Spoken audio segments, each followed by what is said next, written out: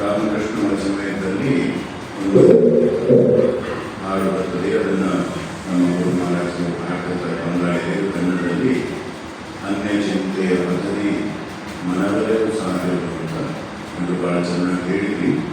ದಯವಿಟ್ಟು ಕಾಳದ ಕೃಪೆಯ ಶ್ರುತಿಬದ್ಧವಾಗಿ ಹಾಡೋ ಪ್ರಯತ್ನ ಮಾಡಿ ಹೇಳ್ಕೊಡ್ಬೋದಾಗಿ.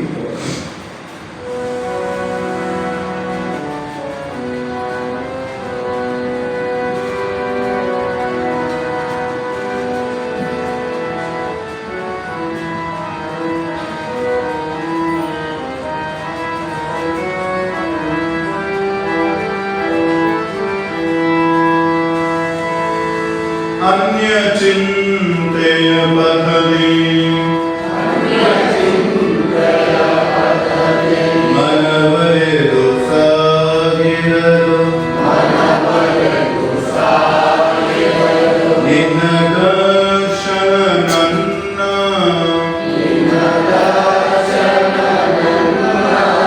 ನಾಚಿಸುವುದು.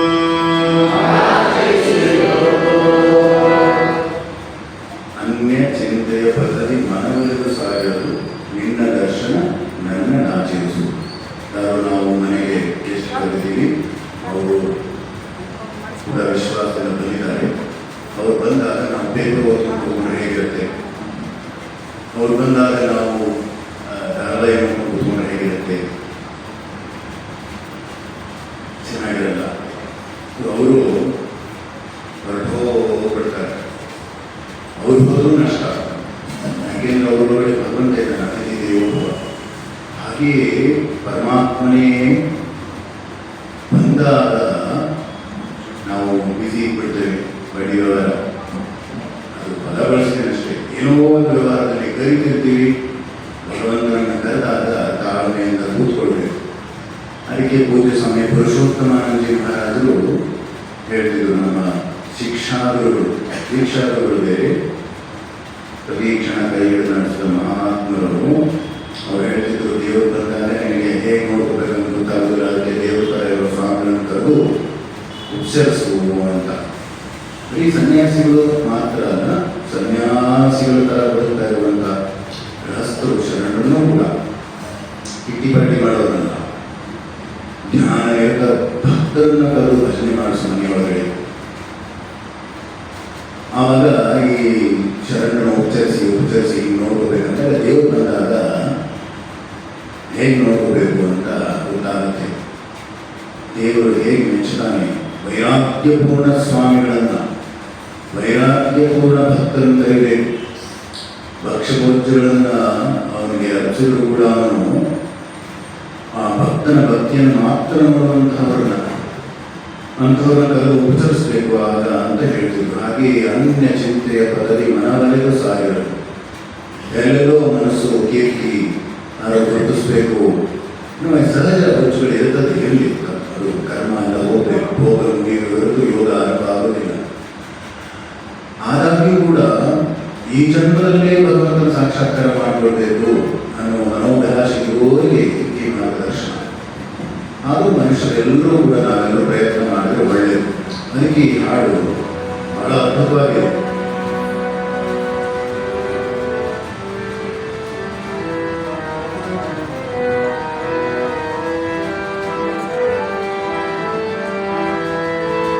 ಜೀವನದ ಜಲಧಿಯಲಿ ಪಯಣಗೈಯುವ ನನಗೆ ನೀನೊಂದು ಧ್ರುವ ತಾರೆ, ನನ್ನ ಗುರುವೇ. ಜೀವನದ ಜಲಧಿಯಲಿ ಪಯಣಗೈಯುವ ನನಗೆ ನೀನೊಂದು ಧ್ರುವ ತಾರೆ, ನನ್ನ ಗುರುವೇ. ನನ್ನ ಗುರುವೇ ಅಂತ ನಾವು ಹೇಳಿದಾಗ ಯಾರು ನೆನಪಾದ್ರು? ನಮಗೆ ತುಂಬ ಗುರುಗಳೆಲ್ಲ ನೆನಪಾದ್ರು, ತಪ್ಪೇನಿಲ್ಲ. ತುಂಬ ದೇವರು ನೆನಪಾಗೋದು ತಪ್ಪಲ್ಲ. ಒಂದು ಹೆಂಡತಿ ಒಂದು ಗಂಡ, ಒಂದು ಗಂಡ ಒಂದು ಹೆಂಡತಿ. ಹಾಗೆಯೇ ನಾವು ಎಲ್ಲ ದೇವರುಗಳು ಎಲ್ಲರ ಬಗ್ಗೆ ಪೂಜ್ಯ ಭಾವನೆ ಇದೆ. ಒಂದು ದೇವರನ್ನ ನಮ್ಮ ಹೃದಯದಲ್ಲಿ ಇಷ್ಟ ದೇವರನ್ನಾಗಿ ನಾವು ಇವತ್ತೆಲ್ಲ ಬೆಳಗ್ಗೆ ದೇವಸ್ಥಾನಕ್ಕೆ ಹೋಗಿದ್ವಿ. ದುರ್ಗಾ ಮಾತೆ ದೇವಸ್ಥಾನ, ಮಲ್ಲೇಶ್ವರ ದೇವಸ್ಥಾನ, ಅಮೃತೇಶ್ವರ ದೇವಸ್ಥಾನ, ಅಯ್ಯಪ್ಪ ಸ್ವಾಮಿ ದೇವಸ್ಥಾನ ಎಲ್ಲ ಬೆಳಗ್ಗೆ ಎದ್ದು ಬಳ್ಳಾರಿಯ ಕಾಪಾಡ್ತಾ ಇರುವಂತಹ ಮಹಾ ದೇವತೆಗಳು, ಅವತಾರ ಪುರುಷರು, ತಾಯಿ ಜಗನ್ಮಾತೆ ದರ್ಶನ ಮಾಡಿ ಹೋಗಿದ್ರು. ಎಲ್ಲ ಶಾರದಾಮಾತೆ ರಾಮಕೃಷ್ಣರು, ಶಾರದಾಮಾತೆ ರಾಮಕೃಷ್ಣರು ವಿರಾಜನಾಗಿ ಎಲ್ಲ ಭಕ್ತಾದಿಗಳಿಗೆ ಪ್ರೀತಿಯಿಂದ ಆಶೀರ್ವಾದ ಮಾಡದೇ ಗೋಚರಿಸಿತು. ಹಾಗೆ ದುರ್ಗೆಯನ್ನ ಒಂದು ಪೂಜಿಸುವವರಿಗೆ, ರಾಮಕೃಷ್ಣನ ಪೂಜಿಸುವವರಿಗೆ, ಅಥವಾ ರಾಘವೇಂದ್ರ ಸ್ವಾಮಿಗಳನ್ನ ಪೂಜಿಸುವವರಿಗೆ, ಮಂಜುನಾಥ ಸ್ವಾಮಿಯನ್ನು ಪೂಜಿಸುವವರಿಗೆ ಇಲ್ಲಿ ರಾಮಕೃಷ್ಣ ಬಂದಾಗ ಅದೇ ದೇವರೇ ಕಾಣಿಸಿದರೆ ಒಳ್ಳೆಯದು. ಅಷ್ಟರ ಮಟ್ಟಿಗೆ ಇಷ್ಟನಿಷ್ಠ ಅಂತ ಇರಬೇಕು, ಇಷ್ಟನಿಷ್ಠ. ಅದಕ್ಕೆ ಜೀವನದ ಜಲಧಿಯಲ್ಲಿ ಪಯಣಗೈಯುವ ನನಗೆ ನೀನೊಂದು ಧ್ರುವತಾರೆ ನನ್ನ ಗುರುವೇ. ಸೋಮವಾರ ಒಬ್ಬರು ದೇವರು, ಮಂಗಳವಾರ ಒಬ್ಬರು ದೇವರು ಪೂಜೆ ಮಾಡತಕ್ಕದ ಒಂದೇ ದೇವರನ್ನ ಭಿನ್ನ ರೂಪದಲ್ಲಿ ಪೂಜಿಸ್ತೇನೆ. ಎಲ್ಲ ದೇವರು ನಾವು ಸೋಮವಾರ ರಾಮಕೃಷ್ಣ ಮಠದಲ್ಲಿ ಸೋಮವಾರ ಶಿವನ ಹಾಡುಗಳು, ಬಸವಣ್ಣನ ಹಾಡುಗಳು, ಮಂಗಳವಾರ ಕೃಷ್ಣನ ಹಾಡುಗಳು, ಬುಧವಾರ ರಾಮಕೃಷ್ಣ ಹುಟ್ಟಿರುವಾರ ರಾಮಕೃಷ್ಣ ಹಾಡುಗಳು, ಗುರುವಾರ ಗುರುವಿನ ಹಾಡುಗಳು, ಶುಕ್ರವಾರ ದೇವಿ ಹಾಡುಗಳು, ಶನಿವಾರ ರಾಮ ಹನುಮಂತರ ಹಾಡುಗಳು, ಭಾನುವಾರ ಇನ್ನಿತರ ಪದ್ಯಗಳನ್ನು, ಗಾನಗಳನ್ನು, ರಚನೆಗಳನ್ನು ಹಾಡ್ತೇವೆ. ಆದರೆ ಯಾವುದೇ ಹಾಡಾಡಿ ಅದರ ರಾಮಕೃಷ್ಣರೇ ಅವರು ಅಂತ ಹೇಗೆ ಇಷ್ಟೇ. ಏಕನಿಷ್ಠೆ. ಪೂಜ್ಯ ಸ್ವಾಮಿ ಪುರುಷೋತ್ತಮಾಂಜ ಮಹಾರಾಜರು ಹೇಳ್ತಿದ್ರು, ನಮ್ಮಲ್ಲಿ ಬಹಳ ಜನರಿಗೆ ಆಳ ಇದೆ, ಅಗಲ ಇಲ್ಲ. ತುಂಬ ಏಕನಿಷ್ಠೆ ಇರ್ತದೆ, ಎಲ್ಲರನ್ನು ಒಪ್ಕೊಳ್ಳೋದಿಲ್ಲ. ಆಳವಾಗಿ ಧ್ಯಾನ ಮಾಡ್ತಾರೆ, ಆಳ ಪೂಜೆ ಮಾಡ್ತಾರೆ, ಆದರೆ ಅದೆಲ್ಲ ವಿಶಾಲವಾಗಿ ಯೋಚಿಸೋದಿಲ್ಲ. ಕೆಲವು ವಿಶಾಲವಾಗಿ ಯೋಚನೆ ಮಾಡ್ತಾರೆ, ಆಳವಾಗಿ ಹೋಗೋದಿಲ್ಲ ಅಂತ. ಆಳ ಅಗಲ ಹೊಂದಿದ ಶ್ರೀರಾಮಕೃಷ್ಣ ನಮಗೆ ಅದನ್ನು ತೋರಿಸಿ ಬಂದಿದ್ದಾನೆ ಅಂತ ಅವರು ಹೇಳ್ತಿದ್ರು.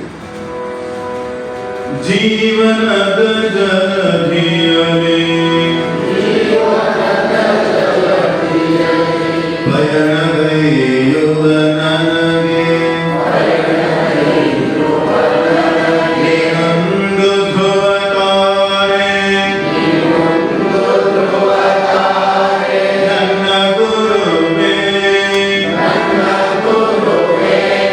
ಕೈಯಿಲ್ಲದೆ ಕಡಲ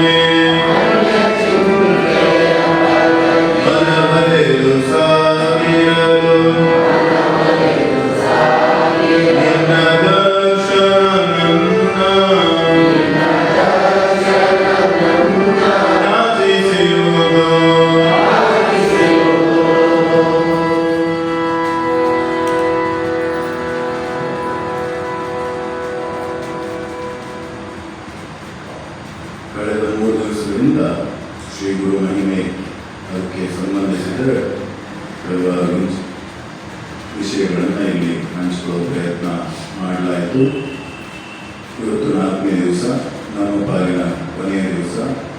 ನಿನ್ನೆ ಒಬ್ಬ ಭಕ್ತರು ಈ ಜಗವನ್ನು ನಂಬಿಸುವುದೇ ಇಲ್ಲ ಹಾಗೆ ಸ್ವಾಮೀಜಿ ಅಂತ ಹೇಳಿದರು. ಅವರು ಸುಮಾರು 45 ವರ್ಷ ವಯಸ್ಸಲ್ಲಿ ಅವರು ಹಂಗನ್ಸಿ ಈ ಜಗವನ್ನು ನಂಬಿಸುವುದೇ ಇಲ್ಲ ಅಂತ ಸಂತೋಷವಿದ್ದಾರೆ.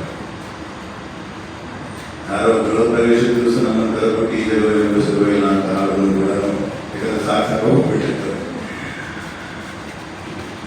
ಪುರುಷೋತ್ತಮಾನಂದ ಮಹಾರಾಜರು ಈ ಹಾಡನ್ನು ಹಾಡ್ಬಿಟ್ಟು ಧಾರವಾಡ ರಾಮಕೃಷ್ಣಾಶ್ರಮದಲ್ಲಿ ಹಾಡಿದಾಗ ಒಬ್ಬ ಭಕ್ತರು, ಹಿರಿಯ ಭಕ್ತರು ಬಂದು ಸ್ವಾಮೀಜಿ ಕೇಳಿದ್ರು, ಸ್ವಾಮೀಜಿ ನೀವೇ ಈ ಹಾಡಲ್ಲ ಈ ಜಗವೇ ಸುಖವೇ ಇಲ್ಲ ಅಂತ.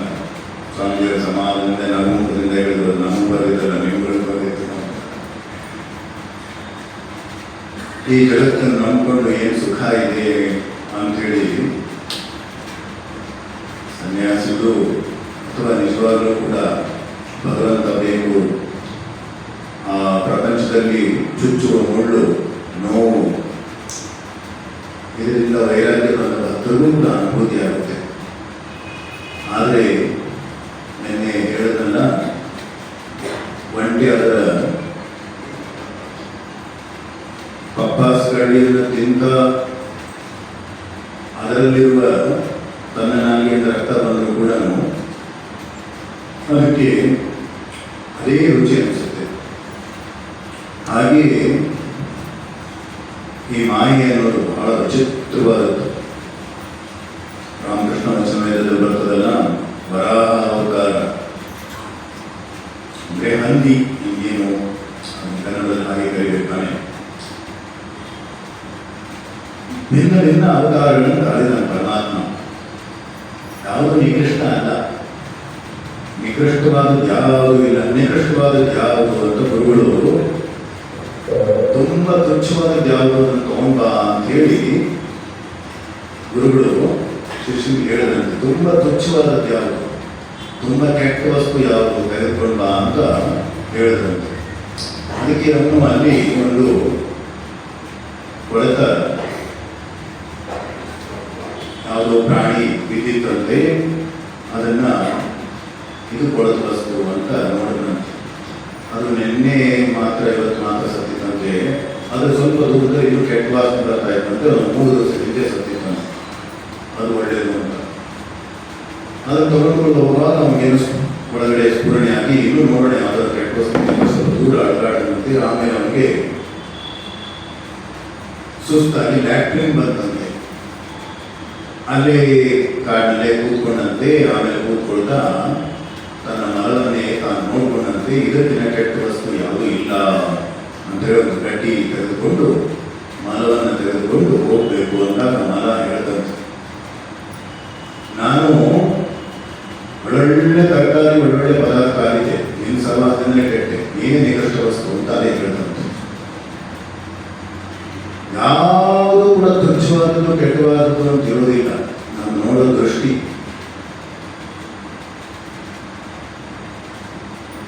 ಅದಕ್ಕೆ ನಮ್ಮ ದೃಷ್ಟಿಯನ್ನು ನಾವು ಸರಿ ಮಾಡ್ಕೋಬೇಕಾಗತ್ತೆ.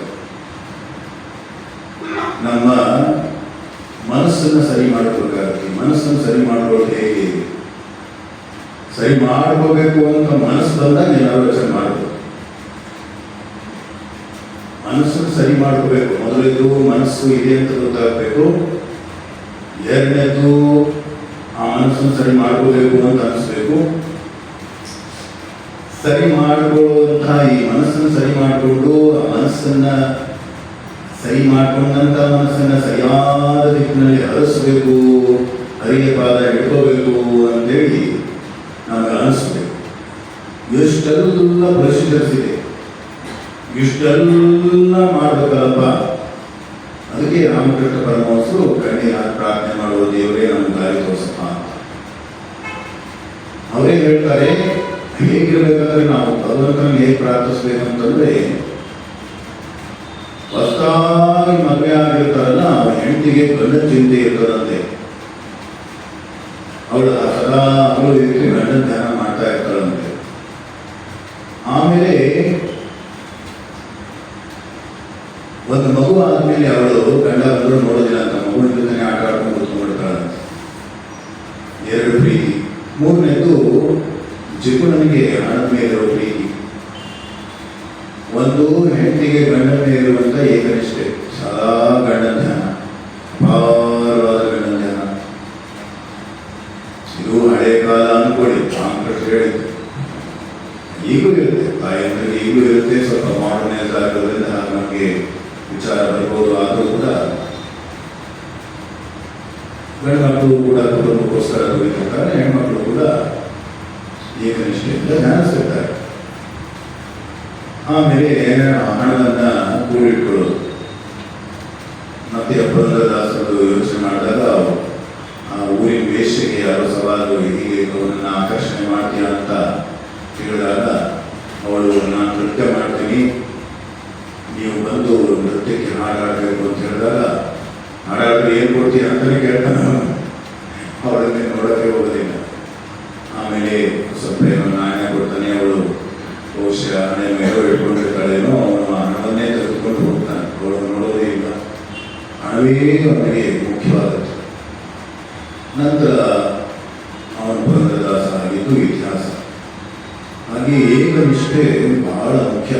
ಈ ಆತ್ಮ ಸಂಧಾನದಲ್ಲಿ ನಾವು ಸಾಧನೆ ಮಾಡೋ ಸಮಯದಲ್ಲಿ ಒಂದೇ ದೇವತೆಯನ್ನು ಇಟ್ಕೊಂಡು ಪ್ರಾಮಾಣಿಕವಾಗಿ ನಾವು ನಮ್ಮ ಗುರು ಕೊಟ್ಟ ಮಂತ್ರವನ್ನು ಜಪಿಸ್ತಾ ನಂಬಿ ಕರೆದರೆ ಓ ಎನ್ನದೇ ಇಲ್ಲೇನೋ ತಾಯಿ, ಸುಮ್ಮನೆ ಮುಕ್ತ ಮಗುವಿನ ಥರ ನಾವೇನಾದರೂ ಕರೆಯಲಿಕ್ಕೆ ಸಾಧ್ಯವಾಯಿತು ಅಂದರೆ ನಾವು ಏನೇನು ಕೊಡಬೇಕು, ಏನೇನು ಮಾಡಬೇಕು, ಮಕ್ಕಳಿಗೆ ನೋಡಿ ತಾಯಿ ನೋಡ್ಕೋತಿರ್ತಾಳೆ.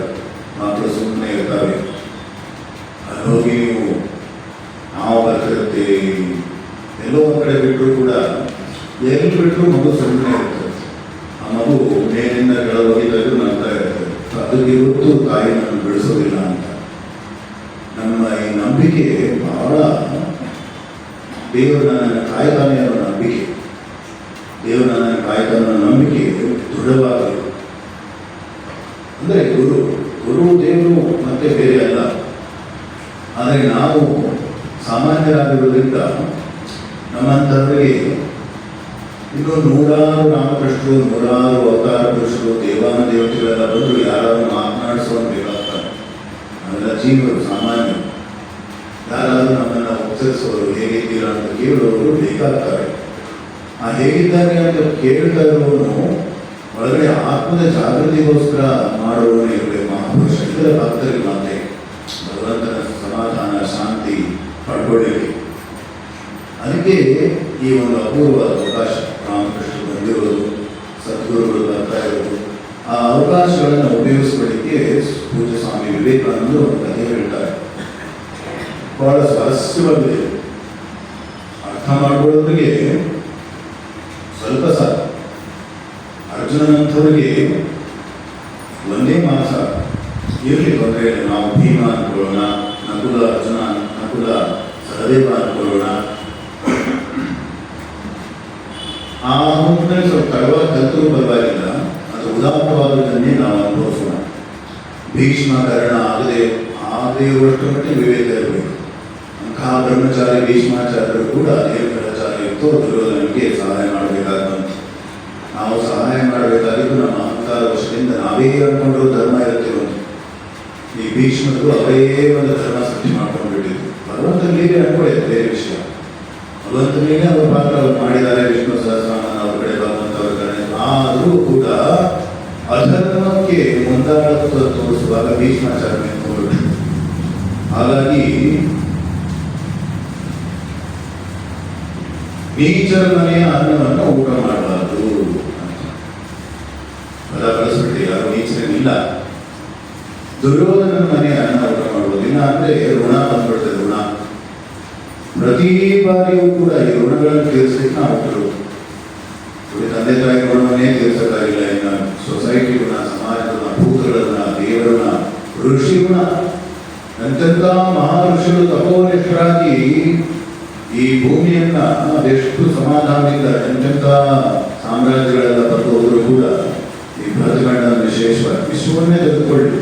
ಅದು ಹೇಗೆ ಜನರು ಕಾಲಗಳಲ್ಲಿ ಊಟ ಮಾಡಿಕೊಂಡು ಇದ್ದಾರೆ. ಋಷಿ ಗಾಳಿ. ಸ್ವಾಮಿ ವಿವೇಕಾನಂದ ಹೇಳ್ತಾರೆ, ಒಬ್ಬ ವ್ಯಕ್ತಿ ಹೊರಗಡೆ ಸಾವಿರಾರು ಕೆಲಸಗಳನ್ನ ದಾನ, ಧರ್ಮ, ಯೋಗ, ಸಾಧನೆ, ಸೇವೆ ಮಾಡ್ತಾನೋ ಅದಕ್ಕಿಂತ ಹೆಚ್ಚಾಗಿ ಒಬ್ಬನು ಗುರಿಯನ್ನು ಕೂತ್ಕೊಂಡು ತನ್ನ ಪ್ರಾರ್ಥನೆ ಮೂಲಕ ಪ್ರಭಾವವನ್ನು ಬೀರ್ತಾನೆ ಅಂತ ಸ್ವಾಮಿ ವಿವೇಕಾನಂದ ಹೇಳಿದ್ರು. ಅಷ್ಟೊಂದು ಓಡಾಡಿಕೊಂಡು ಅಷ್ಟೊಂದು ಸಾಧನೆಯನ್ನು ಮಾಡಿ, ಸೇವೆಯನ್ನು ಮಾಡಿ, ಪ್ರತಿಯೊಬ್ಬನಲ್ಲಿ ಆತ್ಮವನ್ನು ಜಾಗೃತಿಯನ್ನು ಮಾಡಿದಂಥ ಸ್ವಾಮಿ ವಿವೇಕಾನಂದರು ಬಹುಶಃ ಶ್ರೀರಾಮಕೃಷ್ಣ ನೆನೆಸ್ಕೊಂಡು ಹೇಳಿದ್ರು ಏನೋ. ಕೂತ್ಕೊಂಡಲ್ಲೇ ಶ್ರೀರಾಮಕೃಷ್ಣರು ಎಷ್ಟು ಮಂಗಳವಾರದನ್ನ ಉಂಟು ಮಾಡಿದ್ರು ಜಗತ್ತಿನಲ್ಲಿ, ಅದಕ್ಕೆ ಬಂದವರು. ಹಾಗೆಯೇ ಈ ಸದವಕಾಶವನ್ನು, ಒಂದು ಮನುಷ್ಯ ಜನ್ಮ, ಎರಡನೇದು ಇಂತಹ ಮಠಗಳು, ಮೂರನೇದು ಈ ಮಠದ ಪರಂಪರೆಗೆ ಬರುವಂತಹ ಮಹಾಯೋಗಿಗಳು. ಇದೆಲ್ಲವನ್ನ ನಾವು ಅವಕಾಶವನ್ನು ಬಳಸಿಕೊಂಡ್ರೆ ಅದೆಷ್ಟು ಮಂಗಳಮಯವಾದಂತಹ ಜೀವನ ನಮ್ದಾಗಿರುತ್ತೆ. ಸ್ವಯಂ ಭಗವಂತನೇ ನಮ್ಮ ಕೈಯಲ್ಲಿ ಕರೆದುಕೊಂಡು ಹೋಗುವಂತ ಒಂದು ಸನ್ನಿವೇಶ ನಿರ್ಮಾಣ ಮಾಡಿಕೊಳ್ಬಹುದು ಈ ಶರೀರ ನಿರ್ನಾಮ ಆಗೋದನ್ನ ಮುಂಚೆ. ಅದಕ್ಕೆ ಪೂಜ್ಯ ಸ್ವಾಮಿ ವಿವೇಕಾನಂದರು ಒಂದು ಘಟನೆ ಕಥೆಯನ್ನೇ ಹೇಳ್ತಾರೆ. ಬಹಳ ಚೆನ್ನಾಗಿದೆ. ಇಲ್ಲಿ ಸ್ವಾಮಿ ವಿವೇಕಾನಂದರ ಕಥೆಗಳು, ನೀತಿ ಕಥೆಗಳು ಅಂತಿದೆ. ತಾವು ಮಾಡಿಕೊಂಡು ತಮ್ಮ ಮಕ್ಕಳು, ತಮ್ಮ ಮೊಮ್ಮಕ್ಕಳು ಓದಿ, ತಾವು ಓದಿ, ಚೆನ್ನಾಗಿದೆ. ಅದರಲ್ಲಿ ಬರುತ್ತೆ, ಒಬ್ಬನು ಹಾರು ಅಂತ ಅವನ ಹೆಸರು, ಅದರಲ್ಲಿ ಬರೀತಾರೆ, ಒಂದು ಹೆಸರು ಕೊಟ್ಟಿದ್ದಾರೆ. ಸ್ವಾಮೀಜಿ ಅದನ್ನು ಹೇಳಿದ್ರು, ಹಾರು ಅಂತಾನೆ ಹೇಳಿದ್ರು, ಅಥವಾ ಇವರು ಪೂಜ್ಯ ಸ್ವಾಮೀಜಿಯವರು ಕೊಟ್ಟರು. ಇರಲಿ, ಒಮ್ಮೆ ಒಂದು ಹೆಸರು ಒಂದು ಮೊಂಡು ಮೂಗಿತ್ತಂತೆ. ಮೊಂಡತನ ಇರೋದು ಬೇರೆ, ಮೊಂಡು ಮೂಗಿರೋದು ಬೇರೆ. ಅವನು ಉಂಡಾಡಿ ಗುಂಡ, ಅವರಪ್ಪ ಇರಲಿಲ್ಲ, ತಾಯಿನೇ ಎಲ್ಲ ದುಡಿದು ಅವನಿಗೆ ಹಾಕಿದ್ರು. ಬಡವರು, ತುಂಬ ಬಡವರು. ಅವಳು ಸ್ವಲ್ಪ ಕಟ್ಟೆ ಹೊಡೆದು ಎಲ್ಲ ಮಾರಿ ಇವನು ಊಟ ಹಾಕಿದ್ರು. ಇವನೇನಿಲ್ಲ, ಬೆಳಗ್ಗೆ ಎದ್ದು ಚೆನ್ನಾಗಿ ಊಟ ಮಾಡೋದು, ಊಟ ತೆಗೆದು ಬರೋದು, ಊಟ ಮಾಡೋದು, ಮಾಡ್ಕೊಳ್ಳೋದು 2 ದಿವಸ. ಆಮೇಲೆ ಸ್ವಲ್ಪ ಕೆಲವು ದಿವಸ ಆದಮೇಲೆ ವಯೋಸಹಜ ತಾಯಿ ಶರೀರ ಬಿಡ್ತಾಳೆ. ಆಮೇಲೆ ಊರಿನವರೆಲ್ಲ ಮಣ್ಣು ಮುಗ ಗಡ್ಡ ಬೇರೆ, ವ್ಯವಹಾರ ಜ್ಞಾನ ಇಲ್ಲ. ಆಮೇಲೆ ಮಣ್ಣು ಬೇರೆ, ಯಾರು ಬೇರೆ ಮದುವೆ ಆಗ್ತಾರೆ. ಅದಕ್ಕೆ ಊರಿನವರೆಲ್ಲ ಸ್ವಲ್ಪ ಪಂಚಾಯತಿ ಮಾಡಿ ಹೇಳಿದಂತೆ, ನೋಡಪ್ಪ, ನಿಮಗೆ ತಾಯಿ ಇಲ್ಲ, 2 ದಿವಸ ತಾಯಿ ಇದ್ದು ನಿಮ್ಮ ಜೀವನಕ್ಕೆ ಅಡುಗೆ ಮಾಡಲಿಕ್ಕೆ ಎಲ್ಲದಕ್ಕೂ ನಿಮಗೆ ಜೊತೆಗೆ ಬೇಕಾಗುತ್ತೆ. ಅದಕ್ಕೆ ಸರಿಯಾದ ಮೂಗಿನ ಹುಡುಗಿ ಇನ್ನೇನೇ ಮದುವೆ ಆಗಲಿಕ್ಕೆ ಇಷ್ಟಪಡೋದಿಲ್ಲ. ಹಾಗಾಗಿ ನಿಮಗೆ ಮಣ್ಣು ಮೂಗಿರೋ ಹುಡುಗಿನೇ ನೋಡ್ತೀವಿ ಅಂತ ಮಣ್ಣು ಮೂಗಿರೋ ಹುಡುಗಿ ಎಲ್ಲೋ ಸಿಕ್ಕದಂತೆ ಮದುವೆ ಮಾಡಿಸದಂತೆ. ಮೊದಲು ಜನ ಎಲ್ಲ ಮಣ್ಣು ಮೂಗು ಅಂತೇಳಿ ಅವನಿಗೆ ಆರೋಗ್ಯದಂತೆ. ಈಗ ಮಣ್ಣು ಮೂಗು ಗಂಡ ಹೆಂಡತಿ ಜೋಡಿ ಅಂತ ಅಪಹಾಸ್ಯ ಮಾಡ್ತಾರೆ, ಅಪಹಾಸ್ಯ ಮಾಡ್ತಿರ್ತಾರೆ. ಐಡಿಯಾ ಮಾಡಿ ಜನಿಸ್ ವರ್ಕ್ಶಾಪ್ ಕಾರ್ಯ ಅದು ಇದು ಊರು ಸುದ್ದಿ ಅವ್ರ ಸುದ್ದಿ ಮಾಡ್ಕೊಂಡು ಜೀವನಗಳು ಇರ್ತಾರೆ. ಇರಬೇಕು, ಅವರೆಲ್ಲ ನಿಂದಕರಿ ಒಂದು ಮನೆಯನ್ನು ಕಟ್ಟಿ ಕುಡಿಯುವಂತಾರೆ ಕವಿದಾಸರು. ಅವರೇ ನಮ್ಮ ಲೋಕದೋಷ ಎಲ್ಲ ಹೇಳ್ಕೊಡ್ತಿರ್ತಾರೆ. ಅವನು ಒಂದು ದಿವಸ ಬೇಜಾರಾಗಿ ಟೀಕೆಗಳನ್ನು ಕೇಳಿ ಕೇಳಿ ಕೇಳಿ ಸಾಕಾಗಿ ಒಂದು ಗಿಡ ಕೆಳಗಡೆ ಹೋಗಿ ಅಂತ ಕೂತ್ಕೊಂಡಿದ್ದಂತೆ ಒಂದು ಅಶರೀರವಾಣಿ ಆಯ್ತಂತೆ.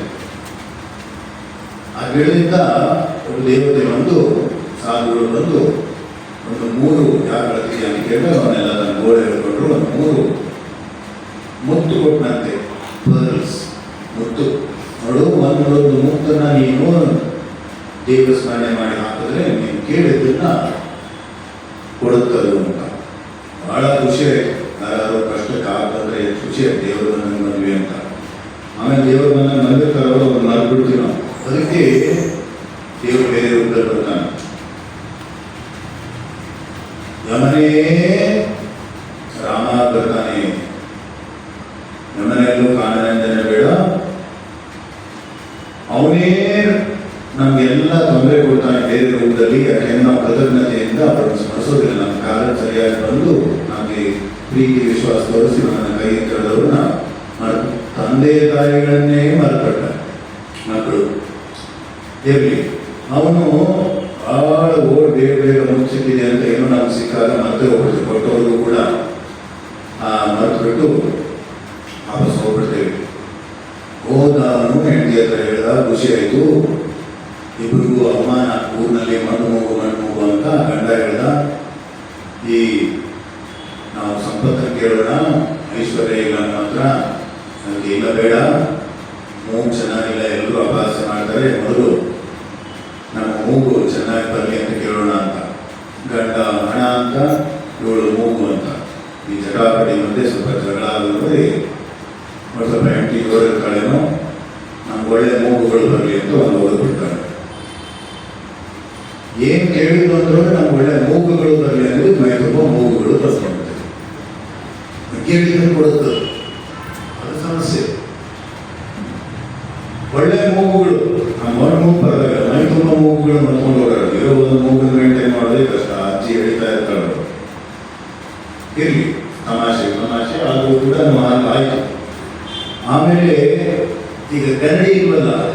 ಗಡಿಯನ್ನು ನೋಡ್ಕೊಂಡ್ರೆ ಗಂಡ ಹೆಂಡತಿ ನೋಡಾಗ್ತಾ ಇದ್ದಾನೆ, ಹೆಂಡತಿ ಗಂಡ ನೋಡಾಗ್ತಾನೆ. ಯಾಕೆ ಅಂತ ಇಬ್ಬರಿಗೂ ಗೊತ್ತಿಲ್ಲ. ಇವನ್ ಮೈ ನಮ್ಮ ಕಾಣಿಸೋದಿಲ್ಲ. ಆಮೇಲೆ ಮೂಗು ಗಂಡಿ ಮುಂದೆ ಗೊತ್ತಾಗ ಮೂಗುಗಳು ಬಂದ್ಬಿಟ್ರೆ ಬೇಜಾರಾಗ್ಬಿಡುತ್ತೆ. ಒಂದು ಮೂರು ಮೂಗ್ಕೊಂಡು ಹೊತ್ಕೊಂಡು ಹೋದ್ರೆ ಬರೋದಾಗಿತ್ತು ಈಗೆಲ್ಲ ಪದ್ಧತಿ. ಆಮೇಲೆ ಅವರು ನಿನಗೆ ಹೇಳಿದೆ ಅಂತ ಅವನು, ನಿನಗೆ ಹೇಳಿದೆ ಅಂತ ಅವಳು. ಆಮೇಲೆ ಅವ್ರು ಬಂದು ಈ ಸರಿ ಆದರೆ ನಾವು ಚೆನ್ನಾಗಿ ಪ್ರಾರ್ಥನೆ ಮಾಡೋಣ, ಮೊದಲು ಈ ಮೂಗುಗಳು ಹೋಗ್ಲಿ ಅಂತ ಪ್ರಾರ್ಥನೆ ಮಾಡೋಣ ಅಂತ ಗಂಡ ತೆಗೆದುಕೊಂಡು ಮೂಗುಗಳು ಹೋಗಲಿ ಅಂತ ಇರೋ ಮೂಗು ಹೋಯ್ತು. ಇರೋ ಮೂಗು ಹೋಯ್ತು. ಈ ಇರೋ ಮೂಗು ಹೋದರೆ ಬಹಳ ಕಷ್ಟ. ಆಮೇಲೆ ಅವರು ಕೊನೆಗೆ ಒಂದೇ ಹೋಗ್ಬಿಡುತ್ತೆ, ಅವಕಾಶವನ್ನು ಬಳಸ್ಕೋಬೇಕು ಅಂತ ಅನ್ನೋದಕ್ಕೆ. ಆಮೇಲೆ ಅವತ್ತು ಮಾಡಲಿಲ್ವಲ್ಲ, ಅವತ್ತು ಮಾಡಲಿಲ್ವಲ್ಲ, ಅವತ್ತು ಮಾಡಲಿಲ್ವ ಅಂತ 50 ವರ್ಷ ಆಗ್ಬಿಡ್ತೀವಿ. ನೀವೆಲ್ಲ ಒಳ್ಳೆಯವರು ಆ ಕಡೆ. ಆಮೇಲೆ 3ನೇ ಮುತ್ತು ತಗೊಂಡು ಅವರು ಯೋಚನೆ ಮಾಡ್ತಾ ಇದ್ರು, ಏನ್ ಕೇಳೋಣ ಅಂತ. ಇಬ್ಬರಿಗೂ ಸರಿಯಾದ ಒಂದು ಮೂಗು ಬಗ್ಗೆ ಕೇಳೋಣ ಅಂತ ಯೋಚನೆ. ಆಮೇಲೆ ಹೆಂಡತಿ ಹೇಳಿದ್ರು, ಅಲ್ಲ ಈ ಸರಿಯಾದ ಮೂಗು ಬಂತು ಅಂದ್ರೆ ಜನ ಕೇಳ್ತಾರೆ ಹೆಂಗ್ ಬಂತು ಅಂತ. ಅವ್ರು ಹೇಳ್ಬೇಕಾಗುತ್ತೆ, ದೇವರು ನಮಗೆ ಈ ಸಾಧುಗಳು ಬಂದು 3 ಮುತ್ತು ಕೊಟ್ಟಿದ್ರು, ನಾವು 2 ಮುತ್ತು ಕಚ್ಚಾಡ್ಕೊಂಡು ಹಾಳು ಮಾಡ್ಕೊಂಡ್ವಿ. ಆಮೇಲೆ 1 ಮುತ್ತು ಇತ್ತು, ಅದಕ್ಕೆ ಸರಿಯಾದ ಮೂಗು ಕೇಳಿಸ್ಕೊಂಡ್ರು. ಅವರು ದಡ್ಡರಲ್ಲ, ನೀವು ಎಂತ ದಡ್ಡರು ಅಂತ ಮಾತಾಡ್ಕೊಳ್ತಾರೆ, ಅದಕ್ಕೆ ಹಳೆ ಒಂದು ಮೂಗು ಇದ್ದಂಗೆ ಬರಲಿ ಅಂತ ಅಷ್ಟೇ ಕೇಳೋಣ ಅಂತ ಅವರು ಹೇಳಿದ್ರು. 3ನೇ ಮುತ್ತು ಹಾಕಿದ್ರು, ಮಣ್ಣು ಮೂಗು ಬಂತು. ವಿವೇಕ ಇರಲಿಲ್ಲ ಅಂತಂದ್ರೆ ನಮ್ಗೆ ಏನ್ ಮಾಡಬೇಕು ಏನ್ ಮಾಡೋದು ಗೊತ್ತಾಗೋದಿಲ್ಲ. ಮಾಡೋದನ್ನೇ ಸರಿ ಅನ್ಕೊಂಡ್ಬಿಡ್ತೀವಿ, ಮಾಡಿದ್ದನ್ನೆಲ್ಲ ಸರಿ ಅನ್ಕೊಂಡ್ಬಿಡ್ತೀವಿ. ಇಲ್ಲ ಅದಕ್ಕೋಸ್ಕರನೇ ನಮ್ಗೆ ಯಾರು ಒಬ್ಬ ಸರಿಯಾಗಿ ದಾರಿ ತೋರಿಸುವಂತಿರತ್ತ. ನೋಡಿ, ಒಂದು ಹುಡುಗ ಹುಡುಗಿ ಎಲ್ಲ ಹಿರಿಯರು ಸೇರ್ಕೊಂಡು ಎಷ್ಟೊಂದು ಅವರು ಪ್ರಾರ್ಥನೆಗಳ ಮೂಲಕ ಒಂದು ಮದುವೆ ಆಗಬೇಕಾದ್ರೆ ಒಬ್ಬ ವ್ಯಕ್ತಿ ಬೇಕಾಗ್ತಾನೆ, ಮೀಡಿಯೇಟರ್. ಸರಿಯಾದ ಒಂದು ರಸ್ತೆ ಜೀವನ ನಡೆಯುವುದಕ್ಕೆ ಕಷ್ಟ ಇದೆ. ಅದಕ್ಕೆ 100 ಪ್ರಾರ್ಥನೆಗಳು ಬೇಕು, 100 ಆಶೀರ್ವಾದಗಳು ಬೇಕು. ಆಮೇಲೆ ಎಡವಟ್ಟಾದ್ಮೇಲೆ ಏನು ಮಾಡಲಿಕ್ಕಾಗುವುದಿಲ್ಲ. ಅದಕ್ಕೋಸ್ಕರನೇ ನಮ್ಗೆ ವಿವೇಕ ಇರಬೇಕು. ಅದಕ್ಕೆ ಸ್ವಾಮಿ ವಿವೇಕಾನಂದ ಹೆಸರು ನೋಡಿ ಎಷ್ಟು ಚೆನ್ನಾಗಿದೆ, ವಿವೇಕಾನಂದ. ವಿವೇಕ ಆನಂದ. ವಿವೇಕ ಇದ್ರೆ ಆನಂದ ಸಿಗುತ್ತೆ, ವಿವೇಕ ಇದ್ರೆ ಆನಂದ ಸಿಗುತ್ತೆ. ವಿವೇಕ ಅನ್ನೋದು ತುಂಬ ಮುಖ್ಯ. ವಿವೇಕ ಅಂದ್ರೆ ಏನ್ ಮಾಡಬೇಕು ಏನ್ ಮಾಡಬಾರ್ದು. ಎಷ್ಟು ಕಷ್ಟ ಇದೆ. ನಾವು ಇಷ್ಟೆಲ್ಲ ಜೀವನ ನಡೆಸ್ತಾ ಇದ್ದೀವಿ, ನಮ್ಮನ್ನು ಸೇರಿಸ್ಕೊಂಡು. ಇದನ್ನು ಮಾಡಿದ್ರೆ ಉನ್ನತಿ ಆಗ್ತದೆ ಅಂತ ನಮ್ಮ ಮನಸ್ಸಿಗೆ ಹೊಳೆಯೋದು ಎಷ್ಟು ಕಷ್ಟ ಇದೆ. ಅಷ್ಟು ಸಂಸ್ಕಾರ ಇರ್ತದ, ಹೇಗೋ ಹೋಗ್ಬಿಡುತ್ತೆ. ಇಷ್ಟೊಂದು ಜೀವನ ನಡೆಸ್ಬಿಡ್ತೇವೆ. ಅದಕ್ಕೆ ನಮಗೆ ಗುರುವಿನ ಕೃಪಾ ಕಟಾಕ್ಷ ಬೇಕಾಗುತ್ತೆ. ನಿನ್ನೆ ಅದನ್ನೇ ಹೇಳಿದ್ವಲ್ಲ, ಮಾತೃ ಪ್ರೇಮ, ಪಿತೃ ಪ್ರೇಮ, ಮಿತ್ರ ಪ್ರೇಮ, ಸತಿಪತಿ ಪ್ರೇಮ, ಹೀಗೆ ಬಗೆಬಗೆಯಾಗಿ ವ್ಯಕ್ತಗೊಂಡಿದೆ ಈ ದಿವ್ಯ ಪ್ರೇಮ. ಆದರೆ ಯಾವುವು ಗುರು ಪ್ರೇಮಕ್ಕೆ ಸರಿಸಾಟಿಯಾಗಲಾರವು. ಗುರು ಪ್ರೇಮ ಅಂತಂದಿದೆ, ಹೃದಯದ ಕಾರ್ಗತ್ತನ್ನು ಕಳೆದು ಆತ್ಮಜ್ಯೋತಿಯ ಬೆಳಕನ್ನು ಹರಡಿ ಆನಂದಾಮೃತ ಪಾನ ಮಾಡಿಸುವ ಗುರು ಪ್ರೇಮಕ್ಕೆ ಎಡೆಯಾದುದು ಯಾವುದು ತಾನೇ ಇರಲು. ಅಶಾಂತಿಯನ್ನು ತುಂಬಿಕೊಂಡಿತ್ತು ಅಂದ್ರೆ ಅದು ನಮ್ಗೆ ನೋವು ಕೊಡ್ತಾ ಇದ್ರೆ ಮಾತ್ರ ಗೊತ್ತಾಗುತ್ತೆ. ಅದನ್ನ ಆ ಕಾರ್ಗತ್ತನ್ನ ಒಳಗಡೆ ಇರುವಂತಹ ನೋವನ್ನ, ಬೇನೆಯನ್ನ ಹೊರತೆಗೆದು ಒಂದು ಪ್ರಫುಲ್ಲತೆಯ ಆನಂದವನ್ನ ಕೊಡುವಂಥದ್ದು ಗುರು ಪ್ರೇಮ ಮಾತ್ರ. ಮತ್ತೆ ಇದಕ್ಕೆ ನಾವು ಪುಣ್ಯ ಮಾಡಿರ್ಬೇಕಾಗ್ತದೆ, ಪುಣ್ಯ ಮಾಡಿರ್ಬೇಕಾಗ್ತದೆ. ಮಾಡಿರಲಿಲ್ಲ ಅಂದ್ರೆ ಮಾಡಬೇಕಾಗುತ್ತೆ. ಎಷ್ಟು ಪುಣ್ಯವನ್ನು ಸಂಪಾದನೆ ಮಾಡ್ಕೊಳ್ತಾ ಇದ್ದೀವಿ ನಾವು, ಅದನ್ನ ಹಣದ ಬಲದಿಂದ ಮಾಡ್ಕೊಳ್ತಿದೀವೋ, ಯಾವ ಬಲದಿಂದ ಮಾಡ್ಕೊಳ್ತಿದೀವಿ. ಹಣದ ಬಲದಿಂದ ದುರ್ಪ್ರೇಮ ಸಿಗ್ತದ, ಭಗವಂತನ ಆಶೀರ್ವಾದ ಸಿಗ್ತದ?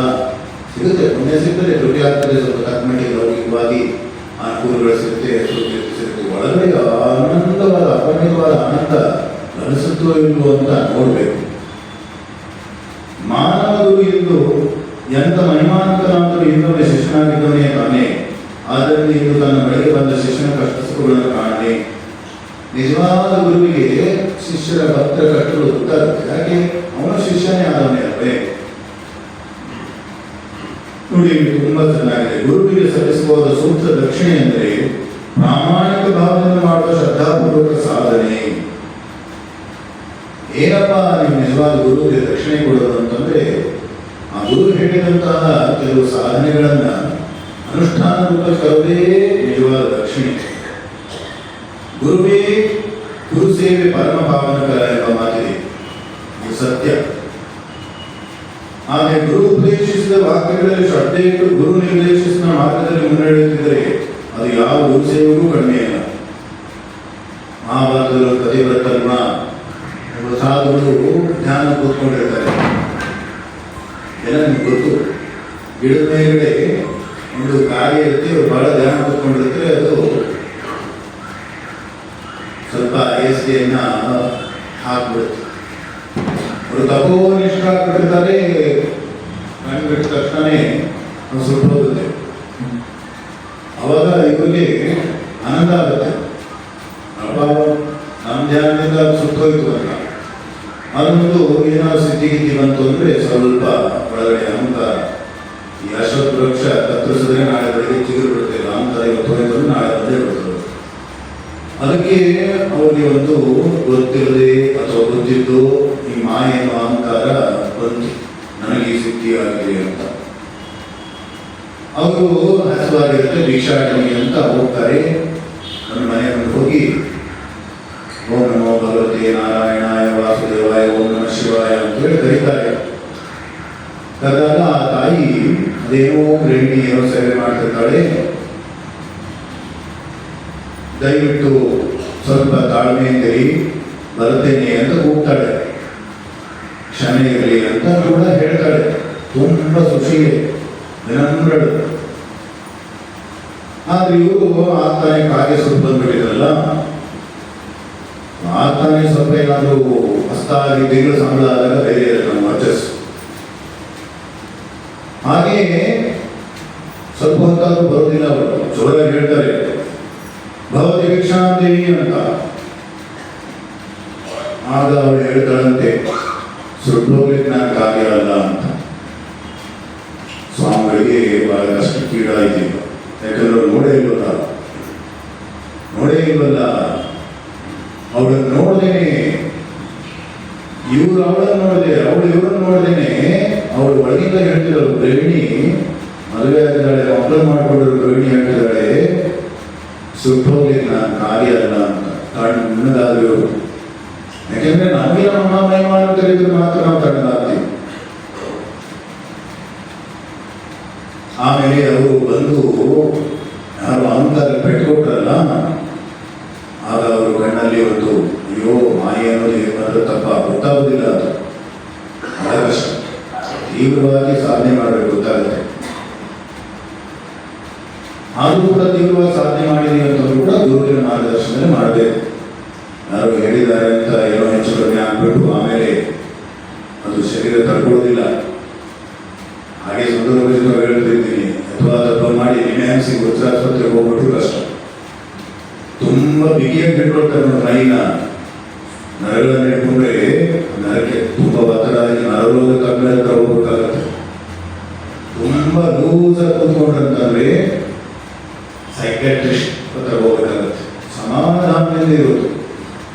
ನಾನು ಇಲ್ಲಿ ಕೂಡ ನೋಡ್ತಾ ಇದ್ದೀನಿ, ಬಹಳ ಸಮಾಧಾನದಿಂದ ಕೂತ್ಕೊಂಡಿರುವಂಥ ಭಕ್ತರು ಎಲ್ಲ ಭಗವಂತನ ಮೇಲೆ ಭಾರ ಹಾಕಿದ್ರು. ಈ ಆಶ್ರಮದಲ್ಲೂ ಕೂಡ ಭಗವಂತನ ಮೇಲೆ ಭಾರ ಹಾಕಿರುವಂಥದ್ದನ್ನು ಗಮನಿಸ್ತಾ ಇದೆ. ನಾವು ಅವ್ರು ನೋಡಿ ಸಮಾಧಾನದಿಂದ ಇರೋದಕ್ಕೆ ಪಾಠ ಕಲಿಬಹುದು. ಟೆನ್ಷನ್ ಕೆಲಸಗಳು ಅದು ಇದು ಇಲ್ಲ, ಪರಸ್ಪರ ಕಲಿಬೇಕು, ಹಂಬಲ ಇರಬೇಕು. ಆಮೇಲೆ ಆ ಗೃಹಿಣಿ ಬರ್ತಾಳೆ, ಸ್ವಲ್ಪ ಅಕ್ಕಿ ತೊಗೊಂಡ್ಬರ್ತಾಳೆ. ಅವ್ರಿಗೆ ಅಕ್ಕಿ ಏನೂ ಇಲ್ಲ, ಅಕ್ಕಿ ಚಿಂತೆ ಸುಟ್ಟು ಹೋಗ್ತಾರೆ. ಏನು ಕಾಯಿ ನೀನು? ಅದೇ ನಾನು ಕಾಯಿ ಸುಟ್ಟನೆ ಅಂತ ಹೇಳಿದೆ ಅಂತ. ನಿಮಗೆ ಇದರ ಬಗ್ಗೆ ತುಂಬ ಆಳವಾದ ಮಾಹಿತಿ ಬೇಕಾದ್ರೆ ಈ ಹೊರವರುಗಳು ಮಾಂಸ ಕಡಿಮೆ ಇದ್ದಾವೆ, ಆದರೆ ನಾವು ಉಪದೇಶ ಕೇಳಿ ಅಂತ ಹೇಳ್ತಾರೆ. ಸ್ವಾಮಿಗಳು ಮಾಂಸ ಕಡಿಮೆ ಅಂತ ಬೋಧನೆ ಕೇಳೋದು ಕಷ್ಟ, ಏನೂ ಕಷ್ಟ ಕೇಳೋದು. ಆದರೂ ಅವ್ರು ಹೇಳ್ಬಿಟ್ಟಿದ್ದಾರಲ್ಲ, ಅದಕ್ಕೋಸ್ಕರ ಅವ್ರು ಹೋಗ್ತಾರೆ.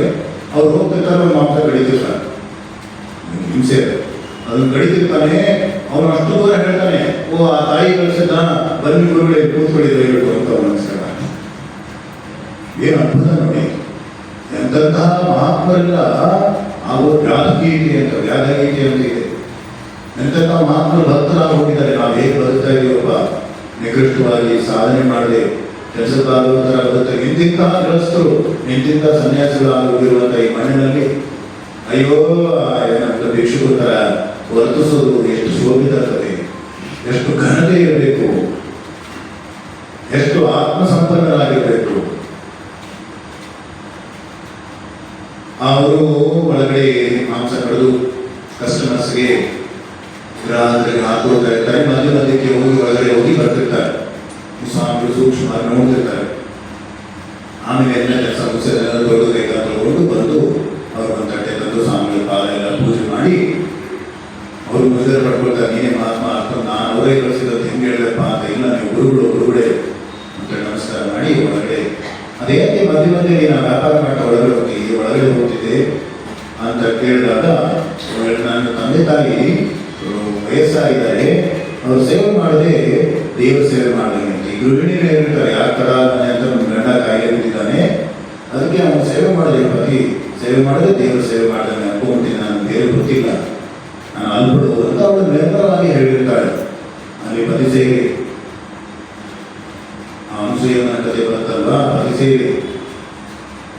ಹಾಗೆಯೇ ಶ್ರೀಮಾತೆ ಶಾರದಾದೇವಿಯವರು ಕೂಡ ಪತಿ ಸೇವೆ ಶ್ರೀರಾಮಕೃಷ್ಣನ ಅದೇ ನೋಡ್ಕೊಳ್ತಿದ್ರು. ಹಾಗೆಯೇ ನನ್ನ ತಂದೆ ತಾಯಿಗಳನ್ನ ನೋಡ್ಕೊಳ್ತಾ ಇದ್ದಾರೆ.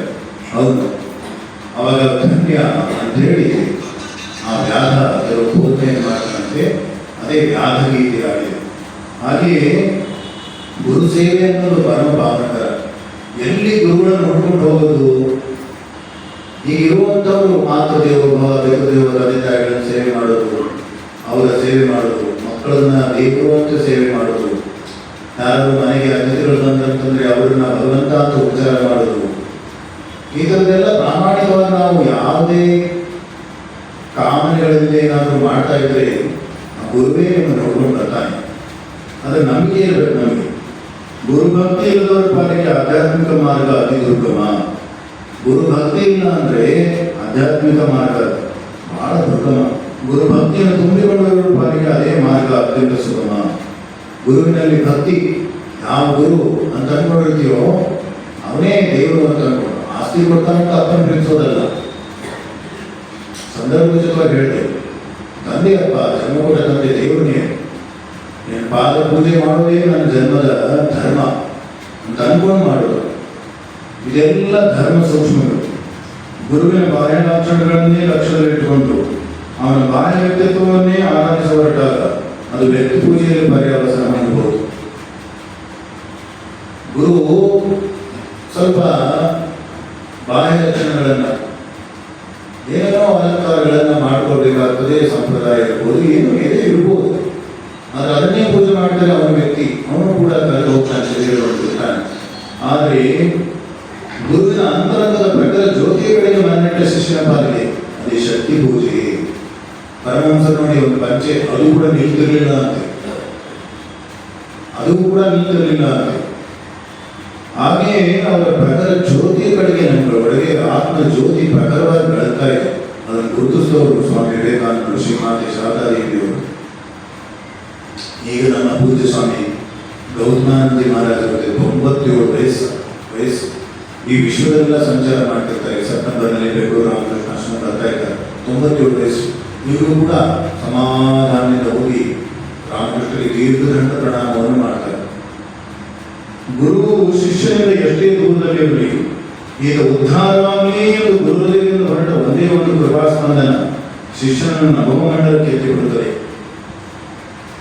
ನಮಗೂ ಅನಿಸುತ್ತೆ, ಯಾರು ಕಿಂಚಿತ್ ನಮ್ಮಲ್ಲೂ ತಾಯಿ ಇದ್ದಾರೆ, ರೂಪ ಪ್ರಹ್ಲಾದರಂತ ಇನ್ನೊಬ್ಬ ರೂಪಮ್ಮ ಇದ್ದಾರೆ, ಸಾಧನಾ ಕೇಂದ್ರ.